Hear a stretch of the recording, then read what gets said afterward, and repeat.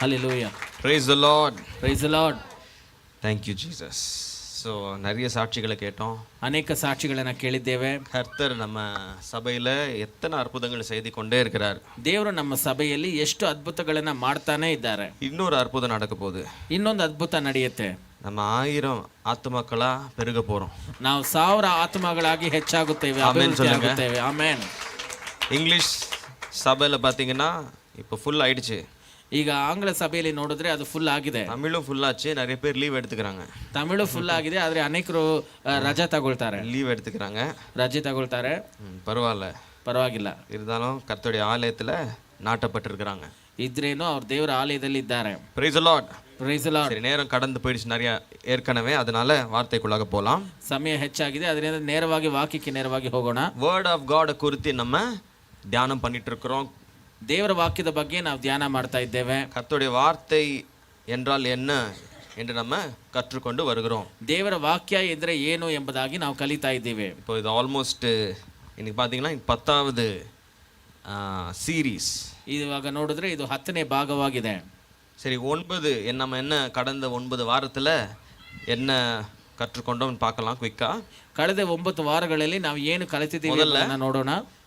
God, word of God is God. ಮೊದಲನೇದಾಗಿ ದೇವರ ವಾಕ್ಯವೇ ದೇವರಾಗಿದೆ. வார்த்தை இருந்தது, வார்த்தை தேவனோடு இருந்தது, அந்த வார்த்தையே தேவனாக, இல்லையா? ಆದಿಯಲ್ಲಿ ಆದಿಯಲ್ಲಿ ವಾಕ್ಯವಿತ್ತು, ಆ ವಾಕ್ಯವು ದೇವರೊಡನೆ ಇತ್ತು, ಆ ವಾಕ್ಯವೇ ದೇವರಾಗಿತ್ತು, ಆ ದೇವರ ವಾಕ್ಯವೇ ದೇವರಾಗಿದ್ದಾರೆ. ಎರಡನೇದಾಗಿ word of God is life.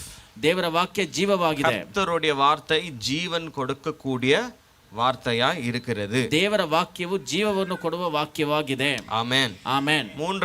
ಮೂರನೇದಾಗಿ கர்த்தருடைய வார்த்தை ದೇವರ ವಾಕ್ಯ வெளிச்சத்தை கொண்டு வருகிறது. ಅದು ಬೆಳಕನ್ನು ತರುತ್ತದೆ. ಆಮೆನ್. ಆಮೆನ್. இது மூன்றுமே நம்ம எங்க பார்க்கறோம்னா, ಇದು ಮೂರು ನಾವು ಎಲ್ಲಿ ನೋಡ್ತೀವಿ ಅಂದ್ರೆ யோவான் 1வது அதிகாரத்திலே பார்க்கறோம். ಯೋಹಾನ 1ನೇ ಅಧ್ಯಾಯದಲ್ಲಿ ನೋಡ್ತೇವೆ. ನಾಲ್ಕನೇದಾಗಿ கர்த்தருடைய வார்த்தை தான் இந்த அண்ட சராசரத்தை ஏங்கி தாங்கி கொண்டு இருக்கிறது. ದೇವರ ವಾಕ್ಯನೇ ಈ ಪ್ರಪಂಚವನ್ನ ನಡೆಸ್ತಾ ಇದೆ. ஆமென். ஆமென். ಐದನೇದಾಗಿ கர்த்தருடைய வார்த்தை நமக்கு போதிக்கவும் கற்றுக் கொடுக்கவும் சீர்திருத்தவும் இருக்குது.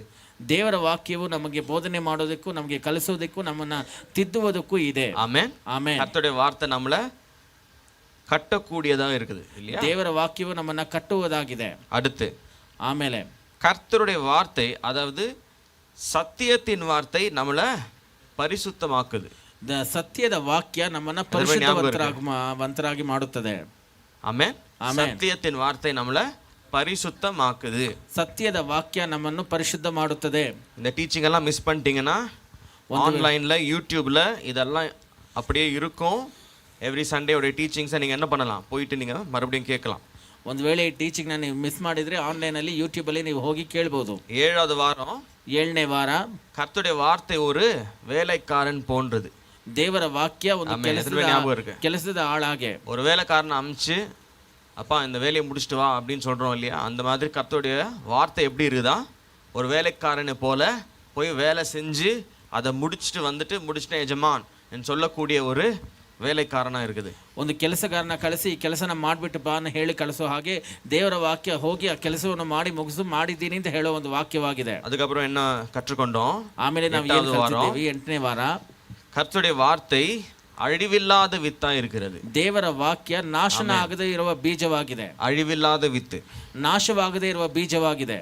9வது போன வாரம், ಹೋದ ವಾರ 9ನೇ ವಾರ, கர்த்தருடைய வார்த்தை ದೇವರ ವಾಕ್ಯ விதைக்கு ஒப்பிடுகிறது. அது பீஜಕ್ಕೆ ಹೋಲಿಕೆಯಾಗಿದೆ. ஆமென். ஆமென். ஒரு விதைக்குள்ள எப்படி எல்லாவற்றையும் தேவன் வச்சிருக்கிறாரோ, அந்த மரத்துக்கு என்னெல்லாம் தேவையோ, வேர்கள், அதோடைய கம்பு, அதோடைய இலைகள், கனிகள் எல்லாமே ஒரு விதைக்குள்ள எப்படி இருக்குதோ, அதுக்கு தான் இந்த பைபிள் வந்துட்டு வேர்ட் ஆஃப் காட் ஒப்பிடுது.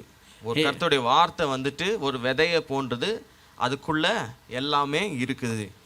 ದೇವರ ವಾಕ್ಯ ಒಂದು ಬೀಜಕ್ಕೆ ಹೋಲಿಕೆ ಆಗಿದೆ. ಆ ಬೀಜದಲ್ಲಿ ಹೇಗೆ ಒಂದು ಮರದ ಬುಡ, ಆ ಕೊಂಬೆಗಳು ಎಲ್ಲ ಇದೆಯೋ ಅದೇ ಪ್ರಕಾರವಾಗಿ ದೇವರ ವಾಕ್ಯದಲ್ಲಿ ಎಲ್ಲ ಅಡಗಿದೆ ಎಂಬುದಾಗಿ ಹೇಳುತ್ತದೆ. அப்போ ஆசீர்வாதத்தின் ஒரு வசனத்தை எடுத்து அதை நீங்கள் உங்கள் வாழ்க்கையில் விதைச்சிங்கன்னா, அந்த வசனத்தை, அதுக்குள்ள ஆசீர்வாதத்தை கொண்டு வருகிற திராணி அதுக்குள்ளவே இருக்குது.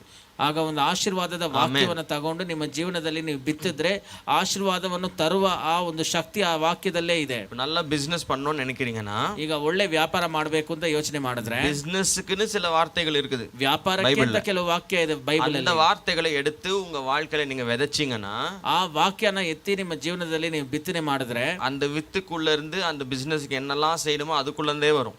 ಆ ಬೀಜ ಒಳಗಡೆಯಿಂದ ಆ ವ್ಯಾಪಾರಕ್ಕೆ ಏನೆಲ್ಲ ಬೇಕೋ ಅದೆಲ್ಲ ಹೊರಗಡೆ ಬರುತ್ತೆ. ஹல்லேலூயா. ಆಮೆನ್. நல்ல ಹಲ್ಲೆಲೂಯಾ. ஆரோக்கியமா வாழணும்னு நினைக்கிறீங்கன்னா ನಾನು ಚೆನ್ನಾಗಿ ಆರೋಗ್ಯವಾಗಿ ಜೀವನ ಮಾಡಬೇಕು ಅಂತ ಯೋಚನೆ ಮಾಡಿದ್ರೆ ஆரோக்கியத்தை குறித்த வசனங்கள் இருக்குது. ಆರೋಗ್ಯದ ಬಗ್ಗೆ ಇರುವ ವಾಕ್ಯಗಳಿದೆ. அந்த ஆரோக்கியத்தின் வசனங்களை எடுத்து உங்க வாழ்க்கையில நீங்க வந்துட்டு நாட்டிங்கன்னா அதை விதைச்சிங்கன்னா அந்த ஆரோக்கியம் உங்க வாழ்க்கையில வளர்ந்து பெருசா வரும். ಆ ಆರೋಗ್ಯದ ವಾಕ್ಯವನ್ನು ಎತ್ತು ನಿಮ್ಮ ಜೀವನದಲ್ಲಿ ನೀವು ಬಿತ್ತನೆ ಮಾಡಿದ್ರೆ ಆ ಆರೋಗ್ಯವ ನಿಮ್ಮ ಜೀವನದಲ್ಲಿ ದೊಡ್ಡದಾಗಿ ಬೆಳೆಯೋದನ್ನ ನೋಡ್ತೀರಾ. கர்த்தருடைய வார்த்தை எல்லா நம்ம லைஃப்ல என்னெல்லாம் நடக்கணுமோ எல்லாத்தையுமே கவர் பண்ணுது. ನೋಡಿ, ದೇವರ ವಾಕ್ಯ ನಮ್ಮ ಜೀವನದಲ್ಲಿ ಏನೆಲ್ಲ ನಡಿಬೇಕು ಎಲ್ಲ ವಿಷಯಗಳನ್ನು ಅದು ಕವರ್ ಮಾಡುತ್ತೆ. ஹல்லேலூயா. ಹಲ್ಲೆಲೂಯಾ. சரி, இன்னைக்கு இன்னொரு காரியத்தை கத்துக்க போறோம் வேர்ட் ஆஃப் காட் குறிச்சு. ಇವತ್ತು ದೇವರ ವಾಕ್ಯದ ಬಗ್ಗೆ ಇನ್ನೊಂದು ಕಾರ್ಯವನ್ನ ಕಲಿತೀವಿ. அதுக்கு நம்ம எபிரேயர் 11 3வது வசனத்துக்கு நேராய் போவோம், படிக்கலாம். ಅದಕ್ಕೆ ಎಬ್ರೇಯರಿಗೆ ಬರೆದ ಪುಸ್ತಕ எபிரேயர் 11 3வது வசனம் 11:3 ವಚನ படிக்கலாம். விசுவாசத்தினாலே நாம் உலகங்கள் தேவனுடைய வார்த்தையினால் உண்டாக்கப்பட்டதென்றும் இவ்விதமாய் காணப்படுகிறவைகள் தோன்றப்படுகிறவைகளால் உண்டாகவில்லை என்றும் அறிந்திருக்கிறோம். ஹல்லேலூயா. ಹಲ್ಲೆಲೂಯಾ. இவ்வளவு அருமையான ஒரு வசனம் இது. ಎಷ್ಟು ಒಳ್ಳೆಯ ಒಂದು ವಾಕ್ಯ ಇದು. By faith we understand that the worlds were framed by the word of God, so that the things which are seen were not made of things which are visible. ಆಮೇಲೆ ನಾವು ಕಾಣುವ ವಿಷಯಗಳು ದೇವರ ವಾಕ್ಯದಿಂದ ಸೃಷ್ಟಿಯಾಗಿದೆ. இன்னொரு தடவை தமிழ்ல படிக்க கேட்கலாம். விசுவாசத்தினாலே நாம் உலகங்கள் தேவனுடைய வார்த்தையினால் உண்டாக்கப்பட்டதென்றும். இந்த உலகங்கள் எப்படி உண்டாக்கப்பட்டது? தேவனுடைய வார்த்தையினால். தேவனுடைய வார்த்தையினால் உலகங்கள் உண்டாக்கப்பட்டது என்று விசுவாசத்தினால புரிஞ்சுக்கிறோம். ಈ ನಾವು ನಂಬಿಕೆಯಿಂದ ಅರ್ಥ ಮಾಡಿಕೊಳ್ಳುತ್ತೇವೆ, ದೇವರ ವಾಕ್ಯದಿಂದ ಈ ಲೋಕವು ಸೃಷ್ಟಿಸಲ್ಪಟ್ಟಿದೆ. இவ்விதமாய் காணப்படுகிறவைகள் தோன்றப்படுகிறவைகளால் உண்டாகவில்லை என்றும் அறிந்திருக்கிறோம். அல்லேலூயா. அப்போ நீங்க கண்ணில் பார்த்து கையில் தொடக்கூடிய இந்த உலகம் இது காணக்கூடிய ஒரு விஷயத்தினால உருவாக்கப்படவில்லை.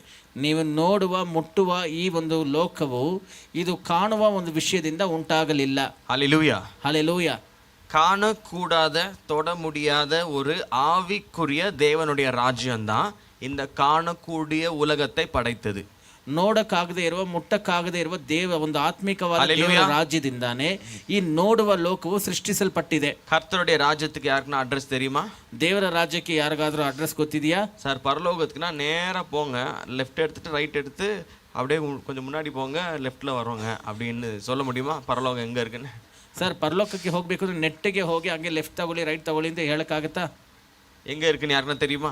ಎಲ್ಲಿದೆ ಅಂತ ಯಾರಿಗಾದ್ರೂ ಗೊತ್ತಿದೆಯಾ? ஆனா இருக்கு. ಆದ್ರೆ ಇದೆ. ஹல்லேலூயா. ಹಲ್ಲೆಲೂಯಾ. இந்த உலகம் தான் கர்த்தர் இருக்கிறதுக்கே ப்ரூஃப் ஆனது. ಈ ಲೋಕನೇ ದೇವರು ಇರೋದಕ್ಕೆ ಆಧಾರವಾಗಿದೆ. ஹல்லேலூயா. ಹಲ್ಲೆಲೂಯಾ. போன வாரம் இன்னும் அதிகமா நம்ம விதையை குறித்து படிச்சோம். ಹೋದ ವಾರ ನಾವು ಅನೇಕವಾಗಿ ಬೀಜದ ಬಗ್ಗೆ ಓದಿದ್ದೇವೆ. மறுபடியும் அதே கேள்வி கேட்கறேனே, ಮತ್ತೆ ಅದೇ ಪ್ರಶ್ನೆ ಕೇಳ್ತೀನಿ. கையில ஒரு விதையை கொடுத்துட்டு, ನಿಮ್ ಕೈಯಲ್ಲಿ ಒಂದು ಬೀಜ ಕೊಟ್ಬಿಟ್ಟು, ஒரு கத்தியை கொடுத்துட்டு, ಒಂದು ಚಾಕುನ ಕೊಟ್ಬಿಟ್ಟು, ஒரு மைக்ரோஸ்கோப்பை கொடுத்துட்டு, ಒಂದು ಮೈಕ್ರೋಸ್ಕೋಪ್ ಅನ್ನ ಕೊಟ್ಬಿಟ್ಟು, எப்பா அதுல கொஞ்சம் அறுத்து கம்பு எங்க இருக்குது, இலை எங்க இருக்குது, பழங்கள்லாம் எங்க வச்சிருக்காங்க அந்த விதைக்குள்ள கொஞ்சம் எடுத்து காட்டுங்கன்னா முடியுமா? ಅದನ್ನ ಕುಯ್ದು ಅದರಲ್ಲಿ ಎಲೆ ಎಲ್ಲಿದೆ, ಹಣ್ಣು ಎಲ್ಲಿದೆ, ಕೊಂಬೆ ಎಲ್ಲಿದೆ ತೋರಿಸಿ ಅಂತ ಹೇಳಕ್ಕಾಗತ್ತಾ? இருக்கா? இல்ல யாராவது வரைஞ்சாவது வச்சிருக்காங்க உள்ள?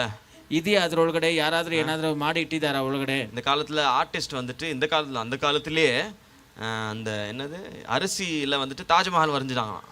ಆ ಕಾಲದಲ್ಲಿ அதை வந்துட்டு ஒரு ಲೆನ್ಸ್ வச்சு பார்ப்பாங்க. ಆ ಆರ್ಟಿಸ್ಟ್ ಬಂದ್ಬಿಟ್ಟು ಅಕ್ಕಿಯಲ್ಲಿ ತಾಜ್ ಮಹಲ್ ಮಾಡ್ತಾರೆ. அந்த மாதிரி விதைக்குள்ள திறந்து பார்த்தா ஏதாவது வரைஞ்சி வச்சிருப்பாங்களா? அந்த மரத்தோடைய படம் இருக்குமா? ಆ ತರ ಬೀಜನ ಕೊಯ್ದು ನೋಡಿದ್ರೆ ಆ ಮರದ ಒಂದು ಚಿತ್ರ ಇರತ್ತಾ ಅಲ್ಲಿ? யோசிங்க, ಸ್ವಲ್ಪ ಯೋಚನೆ ಮಾಡಿ. என்ன இருக்கு அந்த விதைக்குள்ள? ಆ ಬೀಜ ಒಳಗಡೆ ಏನಿದೆ? கசக்கிட்டீங்கன்னா மாவு மாதிரி ஆயிடும், அவ்வளவுதான். ಅದನ್ನ ನೀವು ಇದು ಮಾಡಿಬಿಟ್ರೆ ಅದು ಒಂದು ಪುಡಿ ಪುಡಿ ಆಗ್ಬಿಡುತ್ತೆ ಅಷ್ಟೇ. அவ்வளோதான், உடஞ்சிரும். ಅದು ಮುರಿದೋಗ್ಬಿಡುತ್ತೆ. கசக்கிடலாம், நசுக்கிடலாம், தூக்கி எறிஞ்சிடலாம். ಅದನ್ನ ನಾವು ಬಿಸಾಕ್ಬೋದು, ಅದನ್ನ ಕಾಲಲ್ಲಿ ಹಾಕಿ ತುಳಿಬೋದು. ஒன்றும் இட்ஸ் வெரி இன்சிக்னிஃபிகண்ட். அது ஒரு சின்ன விதை, அவ்வளோதான் இருக்கு. ಅದೊಂದು ಚಿಕ್ಕ ಬೀಜ ಅಷ್ಟೇ. ஆனால் அதை விதைச்சிங்கன்னா, ಆದ್ರೆ ಅದನ್ನ ನೀವು ಬಿತ್ತನೆ ಮಾಡಿದ್ರೆ அதுக்குள்ளேருந்து உயிருள்ள ஒரு ஜீவன் வெளியே வருது. ಅದ್ರ ಒಳಗಡೆಯಿಂದ ಜೀವಂತವಾದ ಒಂದು ವಿಷಯ ஹalleluya. ஹalleluya. பாருங்க, அந்த விதை அதுக்கு ஒன்றும் உயிர் இல்லை, அது ஒன்றும் பேசல, அசையல, ஓடல, தப்பிக்கல, மறைஞ்சிக்கல, வெக்கப்படலை. விதை எப்படி இருக்குது? ஒரு கல், சின்ன ஒரு டஸ்ட்டு இல்லையா, ஒரு வுட்டு, அந்த மாதிரி ஒரு சின்ன பீஸ் மாதிரி தான் இருக்குது. ನೋಡಿ ಆ ಬೀಜ ನೋಡಿದ್ರೆ ಅದಕ್ಕೆ ಏನು ಪ್ರಾಣ ಇಲ್ಲ, ಅದು ಮಾತಾಡ್ಲಿಲ್ಲ, ಅದು ಓಡೋಡ್ಲಿಲ್ಲ, ಏನು ಮಾಡ್ಲಿಲ್ಲ, ಅದು ಒಂದು ಮಣ್ಣು ತರ ಇದೆ ಅಷ್ಟೇ. அவ்வளோதான் இருக்கு ಅಷ್ಟೇ ಅದು. ஆனா அதை விதைச்சிங்கன்னா அதுக்குள்ள ஜீவன் உள்ள ஒரு காரியம் வெளியில வருது. ಆದ್ರೆ ನೀವು ಅದನ್ನ ಬಿತ್ತನೆ ಮಾಡಿದ್ರೆ ಪ್ರಾಣ ಸಮೇತವಾಗಿ ಜೀವಂತವಾಗಿರೋ ಒಂದು ವಿಷಯ ಹೊರಗಡೆ ಬರುತ್ತೆ. இதை விட ஒரு பெரிய அற்புதம் வேணுமா? கடவுள் இருக்காரா இல்லையான்னு தெரிஞ்சுக்க. ನಾನು ಕೇಳ್ತೀನಿ, ಇದಕ್ಕಿಂತ ಒಂದು ದೊಡ್ಡ ಅದ್ಭುತ ಬೇಕಾ? ದೇವರು ಇದ್ದಾರಾ ಇಲ್ವಾ ಅಂತ ತಿಳ್ಕೊಳ್ಳೋದಕ್ಕೆ. ஹalleluya. ஹalleluya. இந்த சயின்ஸை கேட்டிங்கன்னா எல்லாத்துக்குமே ப்ரூஃப் வேணும் அப்படின்வாங்க. ಈ ವಿಜ್ಞಾನಿಗಳನ್ನ ಕೇಳಿದ್ರೆ ಎಲ್ಲದಕ್ಕೂ ಆಧಾರ ಬೇಕು ಅಂತಾರೆ. பாருங்க, இந்த ஃபெய்த், இந்த நம்பிக்கை எல்லாம் எங்கள்கிட்ட பேசாதீங்க, எங்களுக்கு இருந்தாலும் ப்ரூஃப் வேணும்னு கேட்பாங்க. ನೋಡಿ, ಈ ವಿಶ್ವಾಸ ನಂಬಿಕೆ ಎಲ್ಲ ಇದ್ರ ಬಗ್ಗೆ ಮಾತಾಡಬೇಡಿ, ನಮ್ಗೆ ಏನಿದ್ರು ಆಧಾರ ತೋರಿಸಿ. சரி, இப்போ சயின்டிஸ்டா நான் கேட்கறேன், இதுக்குள்ளேருந்து ஒரு மரம் வரும்னு என்ன ப்ரூஃப்? ಸರಿ, ಈಗ ನಾನು ಕೇಳ್ತೀನಿ ಸೈಂಟಿಸ್ಟ್ ನ, ಇದ್ರ ಒಳಗಡೆಯಿಂದ ಒಂದು ಮರ ಬರುತ್ತೆ, ಏನ್ ಆಧಾರ? ನನಗೆ ಅಬ್ಸರ್ವೇಷನ್ வேண்டாம்.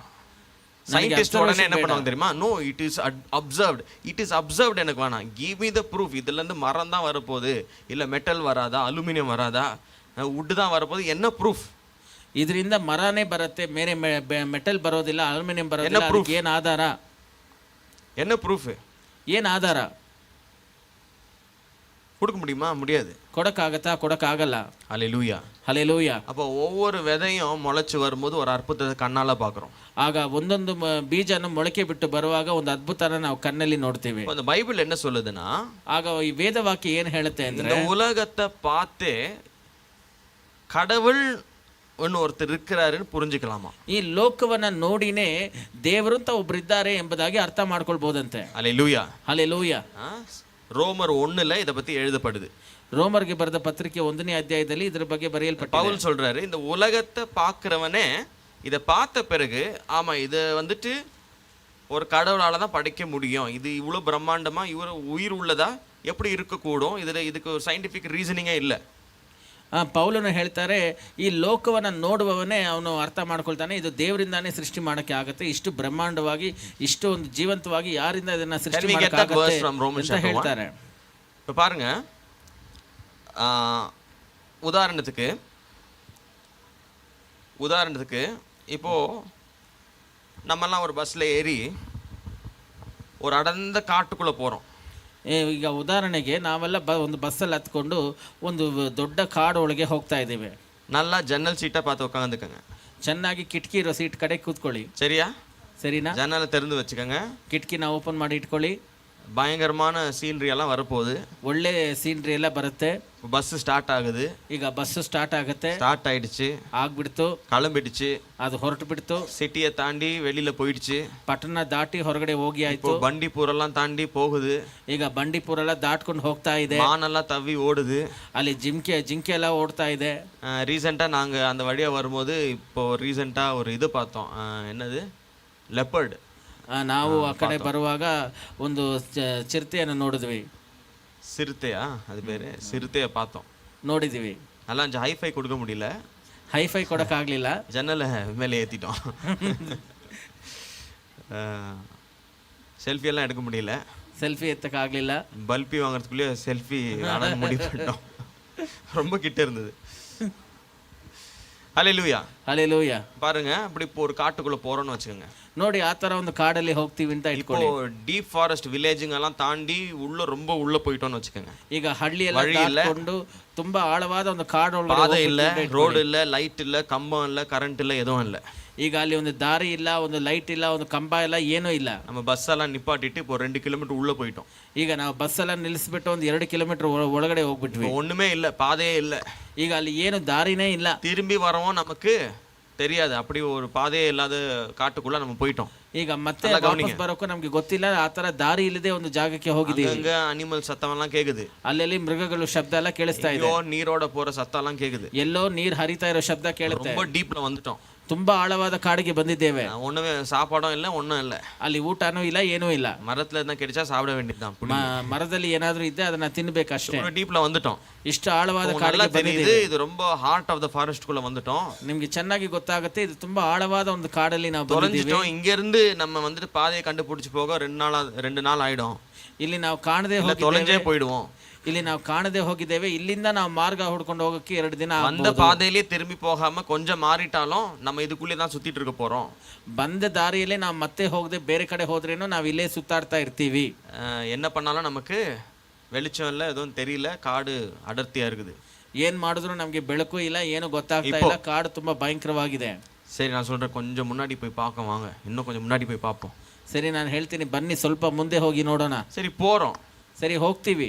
போனாக்கா ಹೋದ್ರೆ பெரிய பெரிய மரங்கள்லாம் தாண்டி, ದೊಡ್ಡ ದೊಡ್ಡ ಮರಗಳೆಲ್ಲ ದಾಟಿ, வேர் மேலாம் ஏறி இறங்கி, ಅಲ್ಲಿ ಎಲ್ಲ ಬೆಟ್ಟ ಇಳಿದು ಹತ್ತಿ, கொஞ்சம் பெரிய பெரிய செடிங்களெல்லாம் உடைச்சு, ಸ್ವಲ್ಪ ದೊಡ್ಡ ದೊಡ್ಡ ಗಿಡಗಳೆಲ್ಲ ಮುರಿದು, பூச்செல்லாம் கடிச்சு, ಎಲ್ಲ ಹುಳ ಎಲ್ಲ ಕಚ್ಚಿ தாண்டி தாண்டி போறோம். ದಾಟಿ ಹೋಗ್ತೀವಿ. சேரு சகுதி ಒಂದೇ ಕೆಸರು. பாத்தீங்கன்னா ನೋಡಿದ್ರೆ அந்த இடத்துல ಆ ಜಾಗದಲ್ಲಿ ஒரு கேட் இருக்குது. ಅಲ್ಲಿ ಒಂದು ಗೇಟ್ ಇದೆ. அடடா, கேட்டுக்கு பின்னாடி பார்த்தா ஒரு நல்ல லான்.